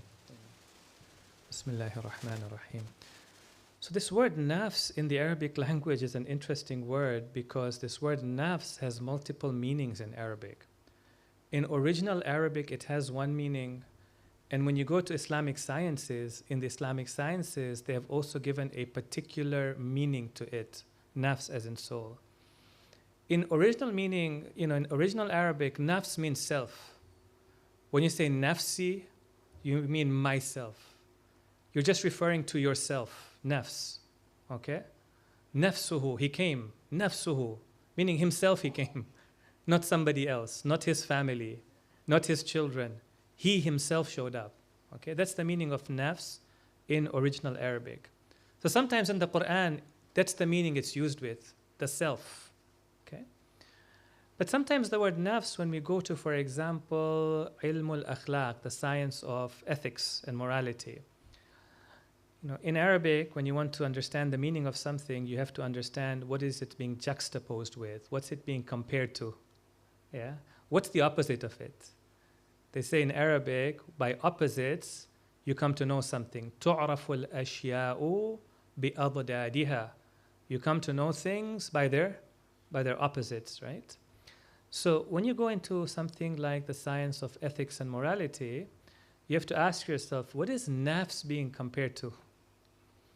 So there you find that nafs is being compared to aql, correct? Aql and nafs, okay? So aql is the intellect and the ability to intellect. And there in the science of akhlaq, then nafs refers to one's, for example, lower abilities, animalistic abilities, referring to his shahwa and his ghadab. And the sum total of his emotions are then described by the word nafs, right? And then sometimes a person says, your nafs has commanded you to do that. Doesn't mean yourself have commanded you to do that. It means that your shahwa has commanded you, your ghadab has commanded you, your emotions have pushed you towards doing that. So there nafs means the self. The psychology of a person, the psyche of the person, okay? So in that sense, then, there is a difference. In the first meaning, where nafs means the self, well, we say that the ruh is myself. I am the ruh, right? And the ruh is me. So there they are similar in meaning. But if we come to ilm al-akhlaq, then there the ruh refers to the spiritual aspect of man, and the nafs would refer to the psychological aspect of man. Ahsant. Are there any questions from the audience? Perhaps on the sister's side, if anyone has a question, please do raise your hand. Or on the gents, yeah? No questions on the sisters. We'll come to the gents side. Sheikh, one of the comments we made the other night, and let me know if I've misinterpreted, was that when we die, the information accumulated in our brain will not come with us. Correct. I was slightly worrisome when I first heard it. Yeah, yeah. So the natural question that comes to mind is, then, if we're just going to be taking what we've accumulated effectively in our ruh, yes, and how do we know how far we've got? Because with the brain, it's quite easy. If I've taken on this information, I know what I'm doing at a certain point in my life. Correct. And I can distinguish between right and wrong. Yeah. You know, that's fairly straightforward. But with the ruh, 10, 20, 30 years, you want to sort of measure your level of ma'rifah or enlightenment. Correct. How do you suggest we look at that? It's a very good question, and it's a very important question. It's a very defining question as well, and a very worrisome one. One of the things I like to point out to some of my students is that it's very interesting that when you go into your grave, they don't ask you very complicated questions. They're not going to ask you, what is the argument for the existence of God? Right? What are the scriptural arguments for the prophethood or imamat of an imam?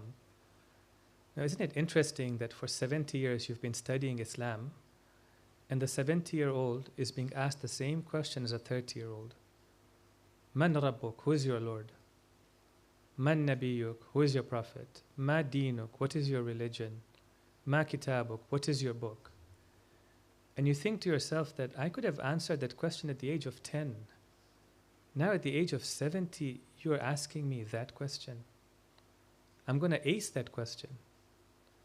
But it seems people don't ace that question. And they go in the grave, they're asked, Man Rabbuk?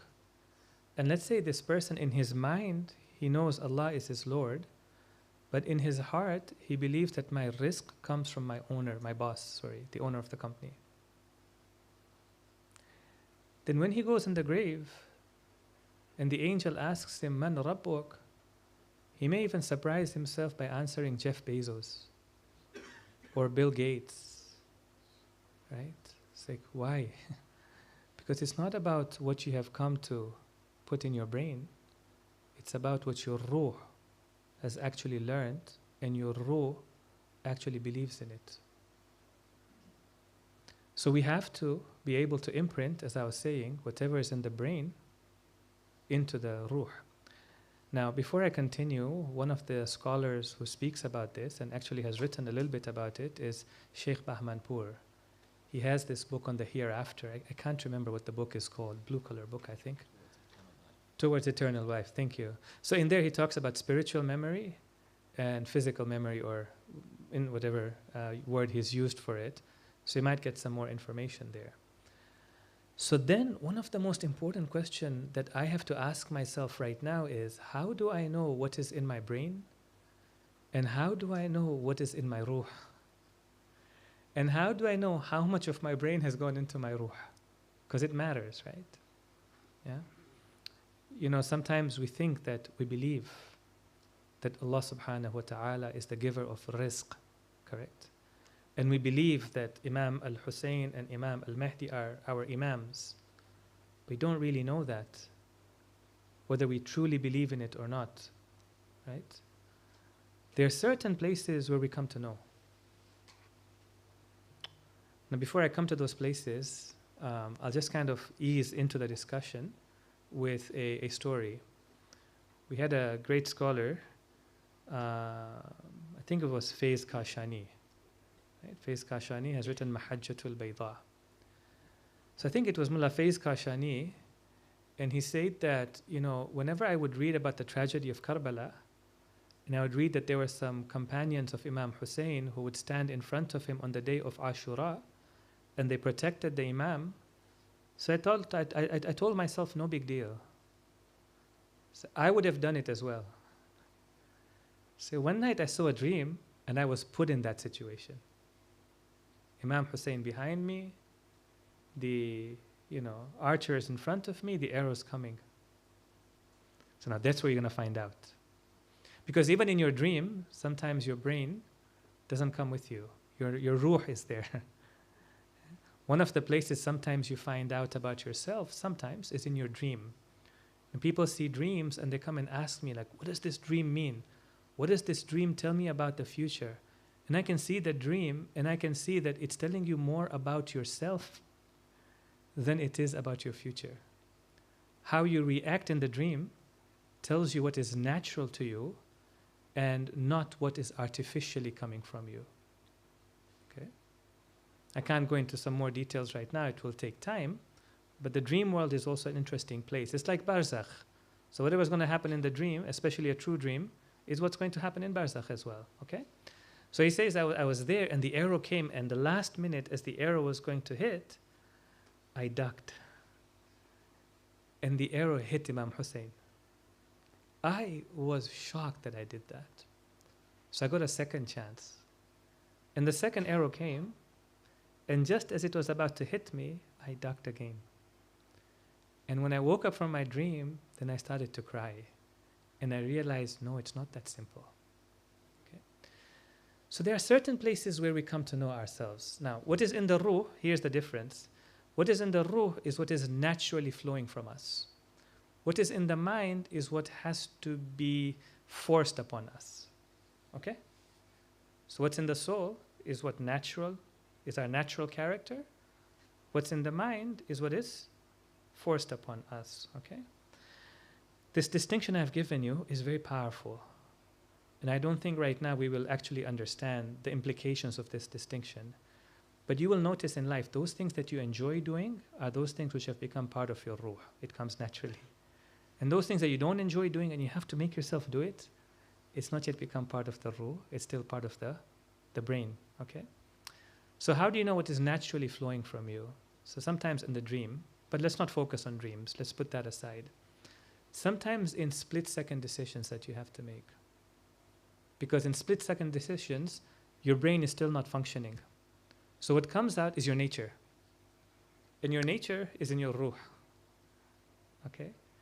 So for example, a mother's nature generally is to protect the child. Split-second decision, if the car is going to hit the child, what does the mother do? Without thinking, straight protects it, right? So you might say that, look, we don't have to make those split-second decisions, but there are times we have to. One of the times I find is we say that, we're very open, we're very generous. Yeah. So sometimes I like to look at my phone. I mean, not to look at it, but when a phone call comes, what is my reaction? Like the first, second reaction. Somebody has called me and I know this person wants something from me. Right? They either want money, or they want me to help them, or they want to take half an hour of my time. The moment I see that person's name on the caller ID, that first reaction of mine, that first reaction in the first half a second, I find it tells me a lot about myself. And what has become natural to me, and what's not yet become natural to me. That's the second place. But the third place, there is a beautiful hadith of the fourth Imam, Imam al-Sajjad alayhi afdalu salati wa salam.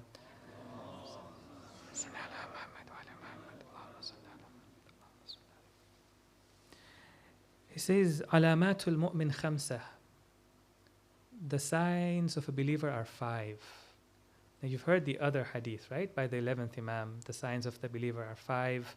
At-takhattum bil-yamin, wearing the ring on the right hand, ziyarat of arba'in, jahar of bismillah, ar-Rahman ar-Rahim, and other things. This one is also very important. Signs of a believer are 5, right? And he says that these are the 5 signs. Number 1, that he has al-wara'u inda al-khalwa. To be pious, to be God-wary when you are alone. How you act when you are alone sometimes tells you a lot about yourself than how you act when you are in public. Because when we are in public, our brain, it realizes something. This is what the brain realizes. It realizes that I can actually create a behavior, number 1. Behavior are my actions, okay? That's not what's in my soul, that's just my actions. Number 2, people can observe this behavior. Number 3, people judge me based on this behavior. So if I show generosity, people will think I'm a generous person. So I'm able to create this facade. And I do it. But when I'm alone, then I don't have to create this facade. Then I get to find out who I really am. Right? So al-wara'u inda al-khalwa. Right? And he says the second thing is was sadaqah, if I'm not mistaken, inda al-qillah. Right? How do you act when you have very little? It's very easy to be generous when you have a lot. Right? There, nothing to lose. But when you have very little, there you will find that if your soul is a generous soul, it will be easy to give. But if your soul has not yet reached generosity, then when you have very little, it's very difficult to give. Huh? One of the best things I find, like for me, the highlights of the tragedy of Karbala are these small, small moments that tell us so much about the Ahlul Bayt. But sometimes, even in the musibah, we kind of skim over it. Right? One of them is when Ali al-Akbar comes to Imam al-Hussein and he asks for permission to go to the battlefield. And I know in some of the narrations we kind of stretch that out. And we say, no, he said, you go ask your mother for permission, or ask this person for permission, go here, go there.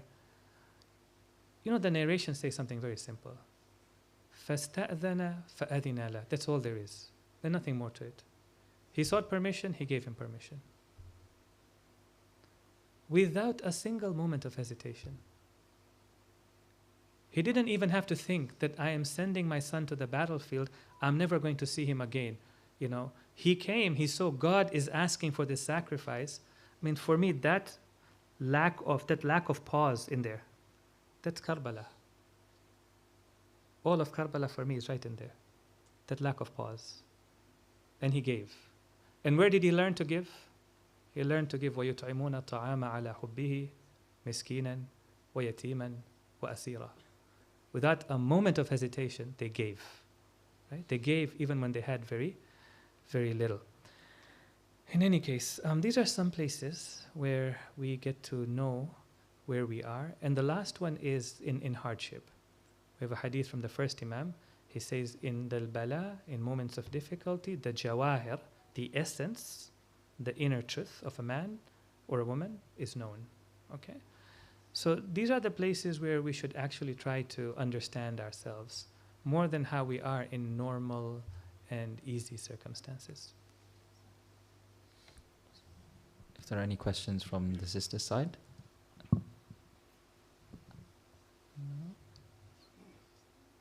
Okay, we'll take a question from the Slido. There's one sort of very specific question, but I think we can answer it a bit more generally as well. Organ donation during one's life or after death affects one's physical body, but how does it affect the psyche or spirit? So I think generally, how does something that happens to the physical body affect the psyche or spirit? In the discussions that I have read, the concern, I know that sometimes within the community, is that the organ of, say, a Muslim is going to somebody else, or the organ of somebody else is coming to a Muslim. And the question is, how can a part of a Muslim go to somebody else? And how is that going to affect them on the day of judgment, for example? Will this organ count as a Muslim's, or will it count as a non-Muslim's? I find that in our discussions, at least at a fiqhi level, that's not the main concern. Okay? From a fiqhi level, the main concern is the concern about mutilating the body, especially after a person has passed away.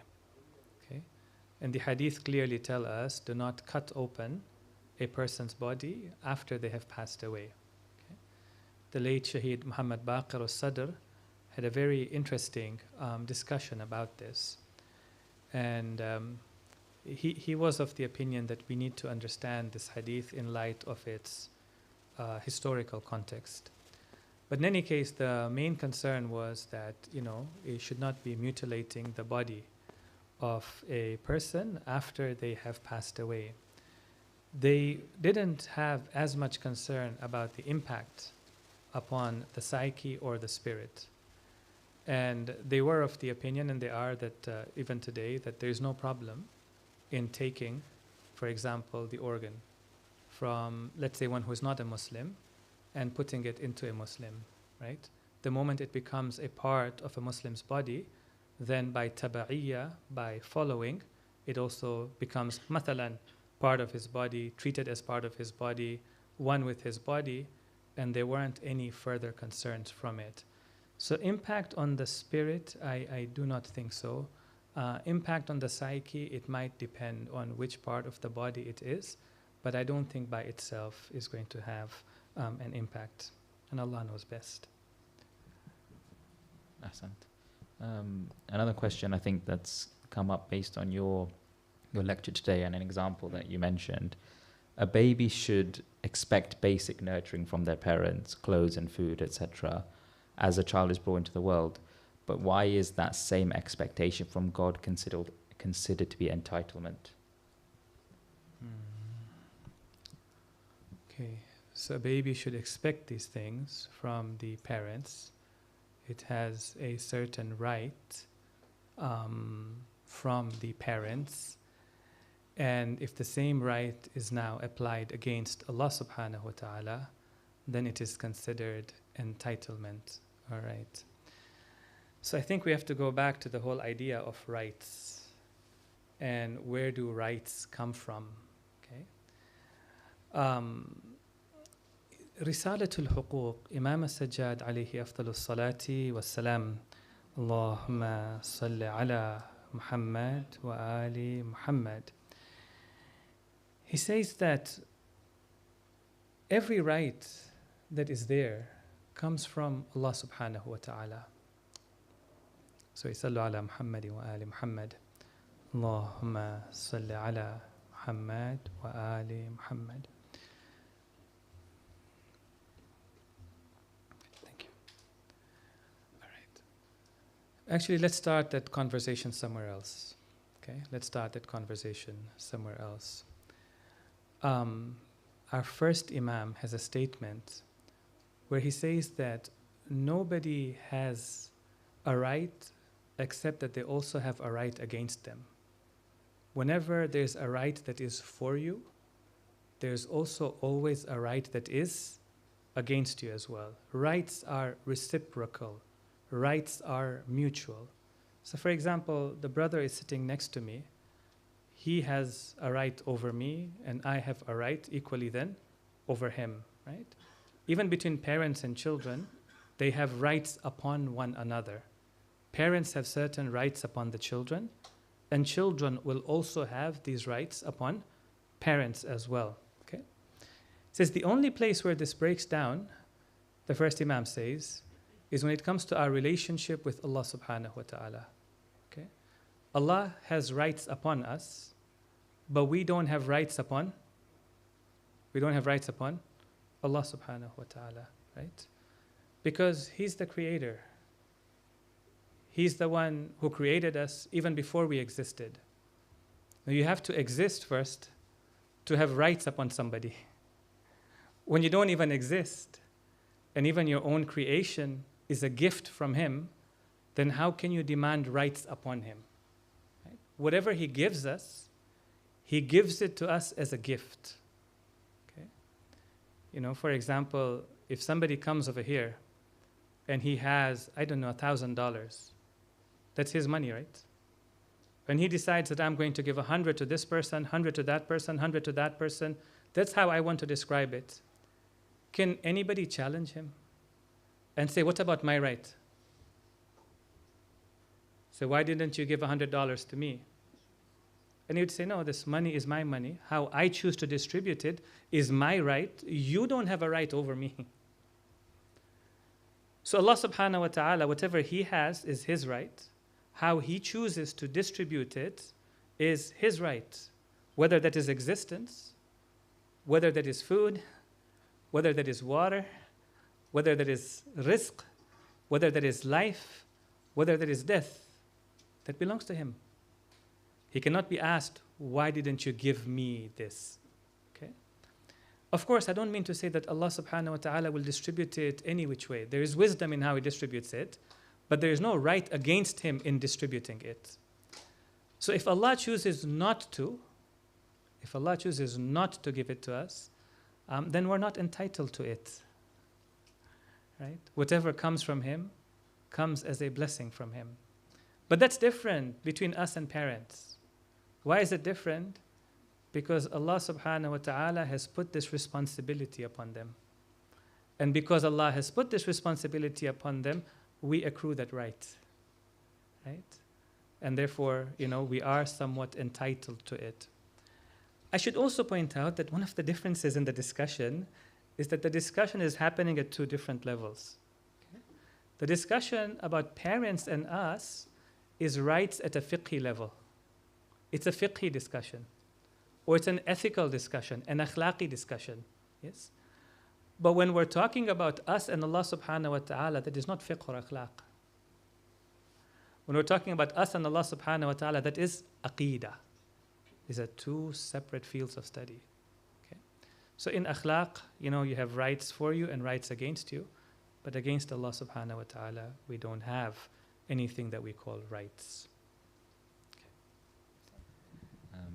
Any questions on the sister side first? If not, then we'll go to the gents. I think there was a question here at the back.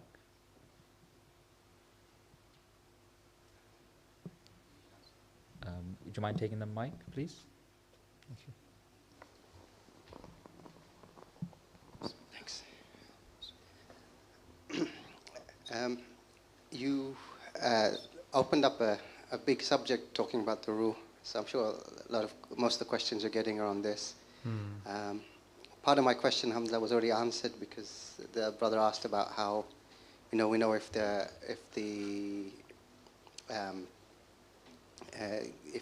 knowledge goes down to the ruh from the memory, which was that was good. The sort of maybe the preliminary to that, I think when you started first discussing about the ruh, you talked about how there's learning with the aql and learning with the ruh. How I didn't quite get how how do we learn with the ruh exactly in terms of as opposed to with the aql? How do we know we're learning with the ruh, and how do we ensure that we're doing it the right way?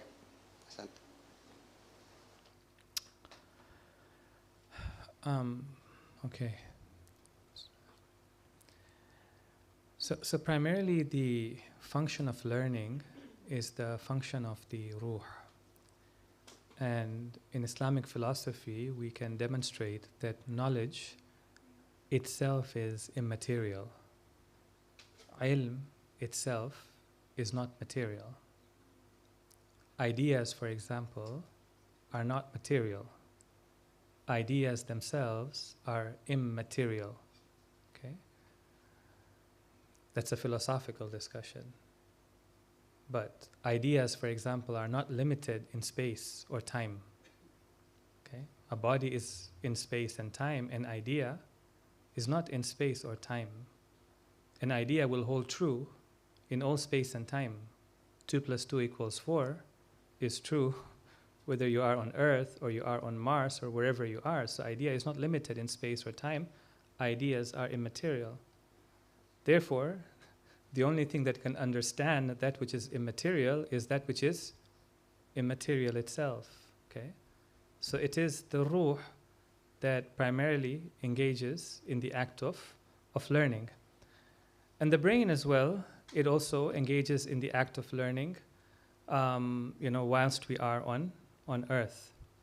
Sorry, brother, can you just repeat that question? Can you just remind me of your full question?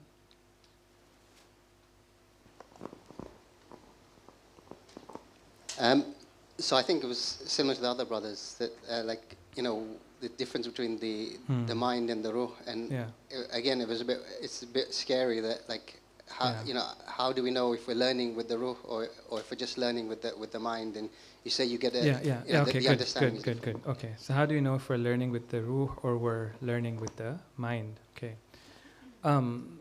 So the example I gave yesterday of memory, I think that example was very important. That when we're learning with the brain, the ruh is also learning at the same time. Okay? And everything that we're learning with the brain, that information is also available to the ruh as well. Okay? But the problem I pointed out is that if that information only stays in the brain and it doesn't get imprinted onto the ruh, okay, then what's going to happen is when a person passes away, then that information is not going to stay with him. So now your question is, how do we learn with the ruh and not just learning with the brain? Okay? So with the brain, we mostly are learning conceptual knowledge. We're learning concepts and ideas, if I can put it that way. Okay? And there are ways for us to learn concepts and ideas. For example, we learn concepts and ideas by reading books. We learn concepts and ideas by listening to lectures. We learn concepts and ideas by thinking about things. Okay? So as long as we are, for example, sitting in a lecture, we're learning those things, but we are learning them in the form of concepts and ideas. For reading a book, we're learning it as a concept and an idea, right?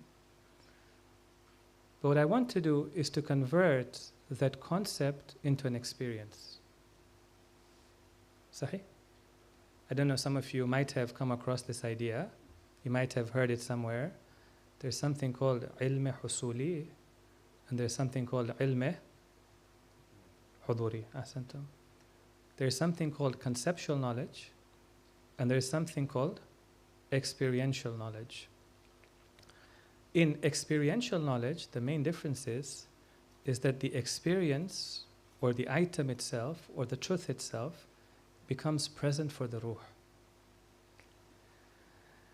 And it's very important that we make this distinction between experiential knowledge and conceptual knowledge. Okay? There are certain things that we know, but we don't necessarily believe in them. It is in our brain, but not necessarily something that we have consumed into our ruh. You say, no, everything we know, we believe in it. So I have a question to ask you. My question is that if I were to tell you, do you have a ghusl room over here for dead bodies? So if there's a dead body one night in the ghusl room, I tell you that, look, you go one night, I ask you a question, can a dead body do anything or not? So a dead body cannot do anything. I say, do you know that? You say, yes, I know that.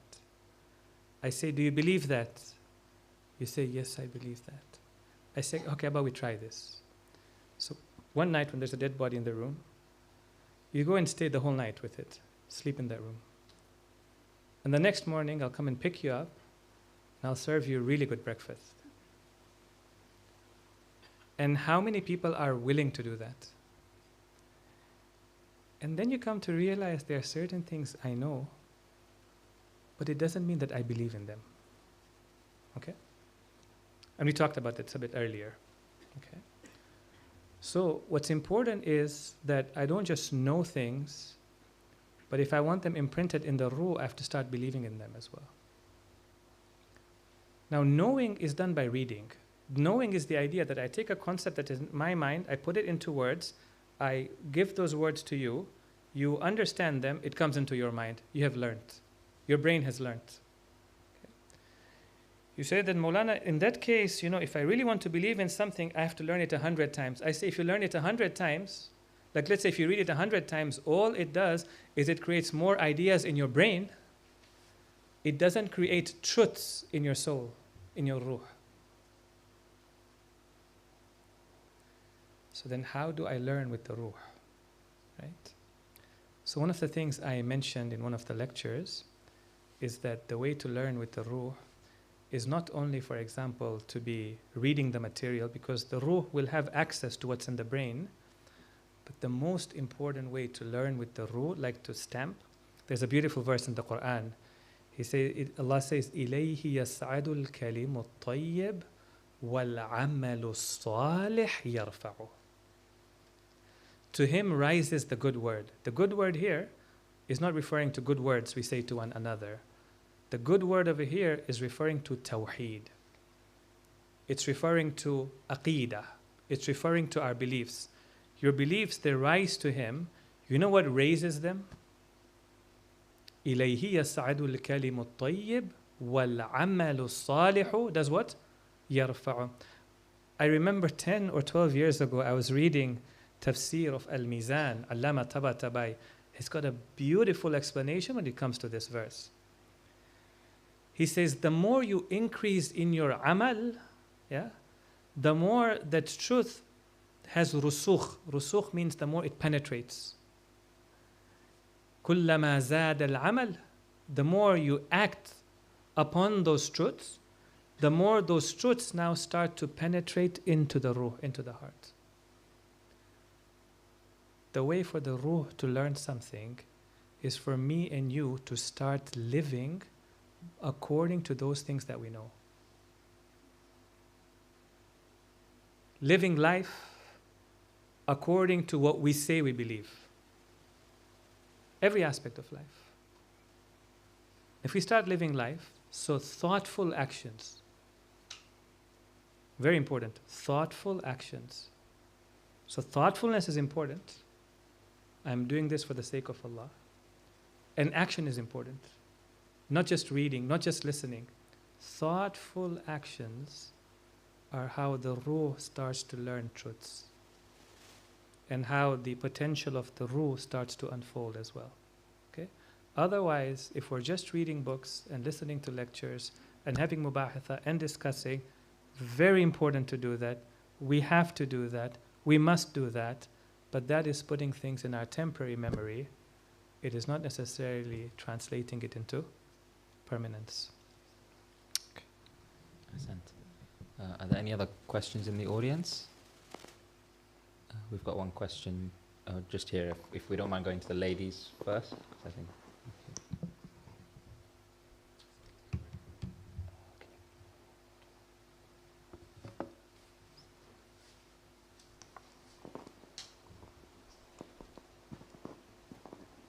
Assalamu alaikum. I just had a question about something I wanted to understand better.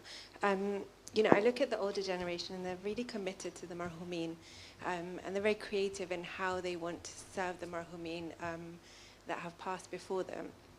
And we've heard and we've read a lot about how certain things we can do can affect them. But in my mind, I struggle to understand this because I feel that, once your book of deeds is closed, then, your book of deeds is closed. And if there's something that, the sadqa jariyah that you left behind, that can still affect you.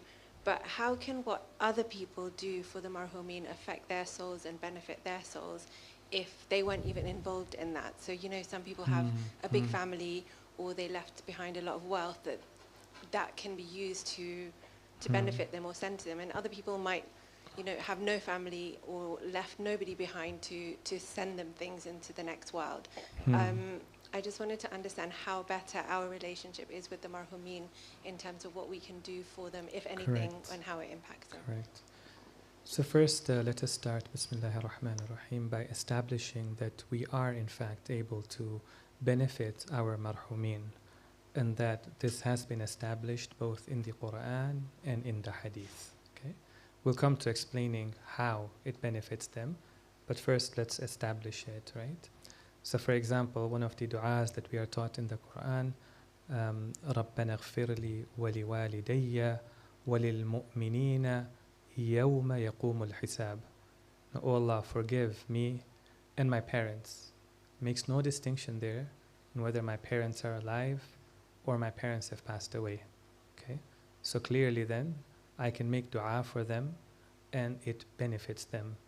And not only my parents, but the believers on the day of judgment. So I'm even praying for those believers who are going to come, who have been in the past, and I'm making dua for them that will come true on the day of judgment for them. So I'm able to benefit them. Yeah. Then in the hadith we have the Prophet of Allah says, Irhamu mawtakum bis sadaqah. Have mercy upon your marhumin by giving sadaqah. It's a very interesting hadith, that one, because the hadith goes this way, have mercy upon your marhumin with sadaqah.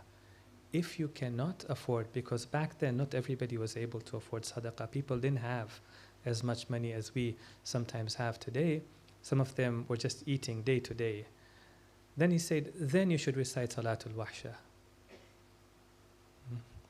In any case, what the scholars say, we do both. We give sadaqah and Salatul Wahsha, for example, with the tafsil that they have given, the details they have given for it. Okay, so then the Prophet says you can have, an impact upon them. Or for example, the Prophet says that make dua of rahmah and maghfirah for your marhumin. Okay. Now the question that you're asking is, on one hand, we are told in the Quran, وَمَنْ يَعْمَلْ مِثْقَالَ ذَرَّةٍ خَيْرًا يَرَى, right? Whoever does an act of good, he himself is going to see it. وَلَا تَزِرُ وَازِرَةٌ وِزْرَ أُخْرَى, and no soul shall bear the burden of another soul. What one soul does, it's for it. What the other soul does, it's for it as well. Then how can we put these two ahadith together? On one hand, the Prophet is saying, pray for your marhumin, give sadaqah on behalf of your marhumin. This is going to be of benefit to them. On the other hand, we're told only the actions that you have done are going to be of benefit to you, right? And only the actions, for example, when you are alive, the hadith says, right, today is the day of work, tomorrow is the day of hisab, right? Today there is no hisab, tomorrow there is no amal. So, sorry, just for the translation, today there is no accounting, tomorrow there is no action. Okay, so how does it benefit them? One of the explanations I have seen, and I can offer this explanation, is the one given by Ayatollah Nasir Makarim Shirazi. And he says that it normally is going to have an impact because somehow in your life you had an impact on that person. Okay, so for example, as a parent, you had an impact on your child, and you raised your child to have, for example, iman, to have good akhlaq, to believe in certain things, to perform certain actions.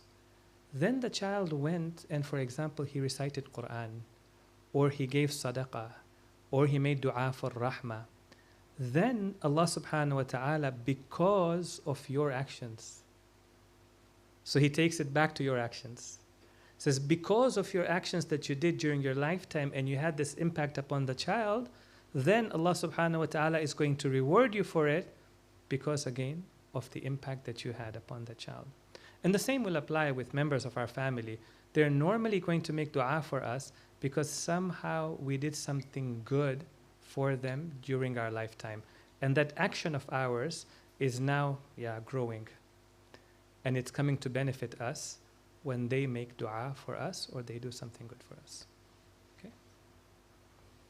I think we had a question here on the gents side.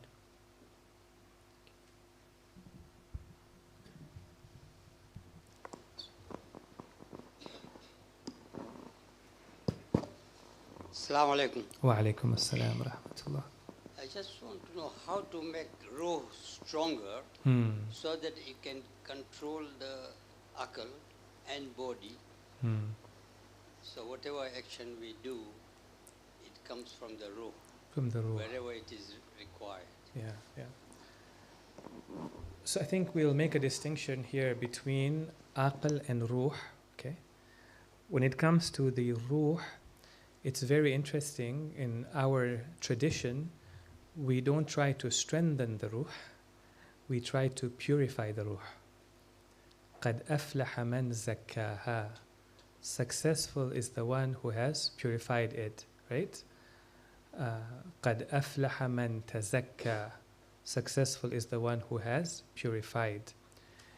And so when it comes to the ruh, the process is purification of the ruh and not strengthening of the ruh. Because it's also possible to strengthen the ruh. It's possible to work on strengthening the ruh, that the ruh, the ruh right now, the most it controls is your body, right? Correct?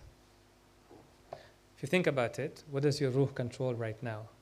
The most it controls is your body. So right now, I move this hand because my ruh made the intention, all the way to the brain, brain to the hand, to move it, okay? The ruh can be strengthened so much that it can go beyond controlling the body. It can start controlling other material things. That's called strengthening the ruh. It can start to have wilayah, not only on the body, which it does, but it can start to have wilayah beyond the body. So that's called strengthening of the ruh. We generally don't engage in strengthening the ruh. We engage in purifying the ruh, because the success of the ruh comes from its purification. Okay? Now, I'll put that discussion aside. What we want to do, though, is we want to strengthen our aql, and we want to make sure that the aql is stronger than our shahwa and our ghadab. Can we say it that way? Right? That the intellect is stronger than our shahwa and our ghadab. So it's not our shahwa, so I should translate that, our desire, and our ghadab, our anger, that controls our intellect. It's our intellect that now is going to control our desires. It's going to control our anger as well. So the intellect should tell us when I should get angry and how I should get angry. The intellect should tell me when is it okay, for example, to eat certain food out of desire, and how to eat it as well, and not the other way around. So I think that is your question. How can we strengthen our intellect? Okay. So one of the ways of strengthening our intellect is for us to use our intellect. Right? Allah subhanahu wa ta'ala gives us a capital, but we have to grow that capital. For example, Allah has given us some muscles, but the way to strengthen the muscles is to use it. So the way to strengthen the intellect as well is to use the intellect. Very important. Okay. So for example, when we have to make decisions, let's try to use our intellect to make decisions and make intelligent decisions. Sometimes what happens is that we don't intelligently think about things. We follow the crowd. Yeah? Or sometimes what happens is, instead of intelligently thinking about something, we follow our desires. We don't want to put our intellect to use. So it's important for us to use our intellect. Even when it comes to istikhara, istikhara gives value to the intellect. And if a person makes a decision with his intellect, this is very interesting. If a person makes a decision with his intellect and he says, Astaghfirullah, oh Allah, I've made the decision. I've made the decision. Okay? And I ask you to give me khair in this decision, that is istikhara. And Imam Ali alayhi salam, that's the kind of istikhara he used to practice. He used to say, Akthirul istikhara, do a lot of istikhara, meaning what? Make your own decisions. It's okay. And then when you've made your decision, then ask Allah that, oh Allah, give me khair in this decision I've made. So number one, it's very important for us to be using our intellect. Okay? Number two, we also have to be careful about what things we consume. Sometimes we consume so much entertainment, we don't realize that entertainment, it weakens the intellect. I remember Ayatollah Shah Abadi, Imam Khomeini says that our teacher Ayatollah Shah Abadi is very interesting. He said, don't listen to music. The reasoning is interesting. He says, because it weakens the intellect and strengthens the shahwa. So engaging in not just haram entertainment, but a lot of entertainment, where life just becomes about entertainment, it weakens the intellect. Okay, so that's number two. Number three, also the conversations that we have, the friends that we spend time with, they should be friends who are people of intellect.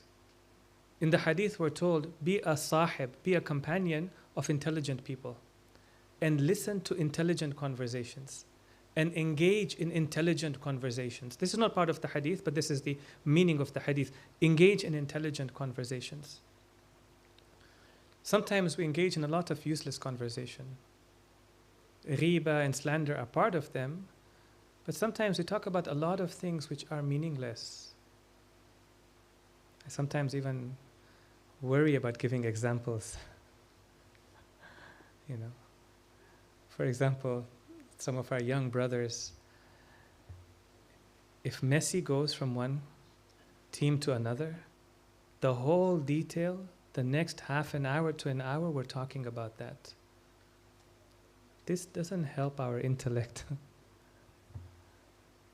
This weakens the intellect. Okay.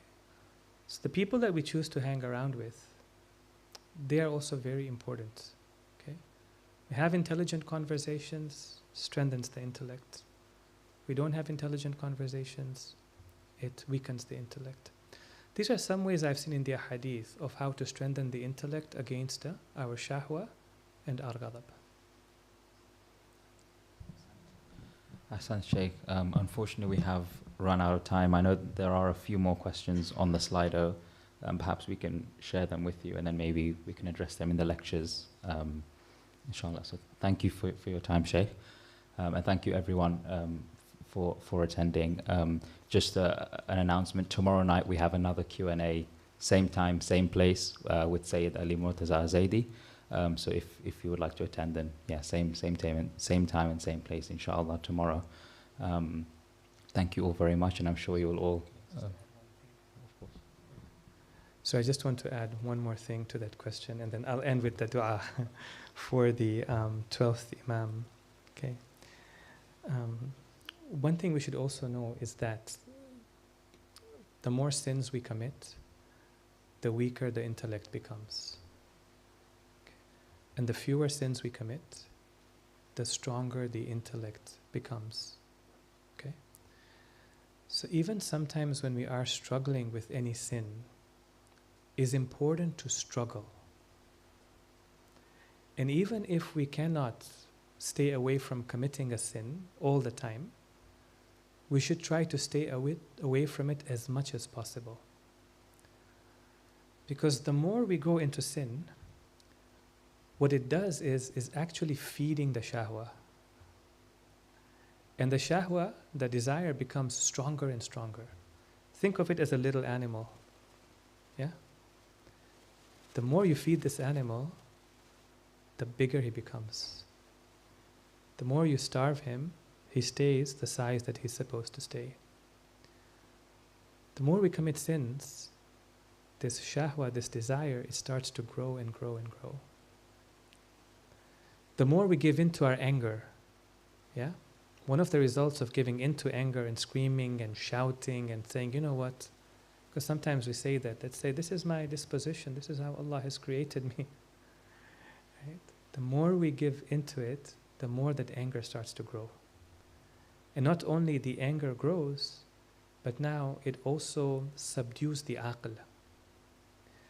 And so one very important thing is that even if we're not able to stay away, let's say, from certain sins, but we continue to struggle against it, that still also helps the intellect, because the intellect is struggling. The intellect is fighting.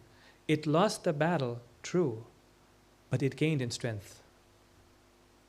Right? Like when somebody is sparring with another person, they're fighting with them, the other person may put them down, but because they were sparring with them, their body is gaining in strength. The same way, when the aql, make it struggle, make it fight, especially in haram places, against the shahwa and the ghadab, against the nafs. Okay? The more it fights, even when it loses, it is becoming stronger. And so that's also very important. Let's end with the dua for the 12th Imam, and I ask you to join me in that dua. Bismillahir Rahmanir Rahim. اللهم كن لوليك الحجة ابن الحسن صلواتك عليه وعلى آبائه في هذه الساعة وفي كل ساعة وليا وحافظا وقائدا وناصرا ودليلا وعينا حتى تسكنه أرضك طوعا وتمتعه فيها طويلا برحمتك يا أرحم الراحمين. اللهم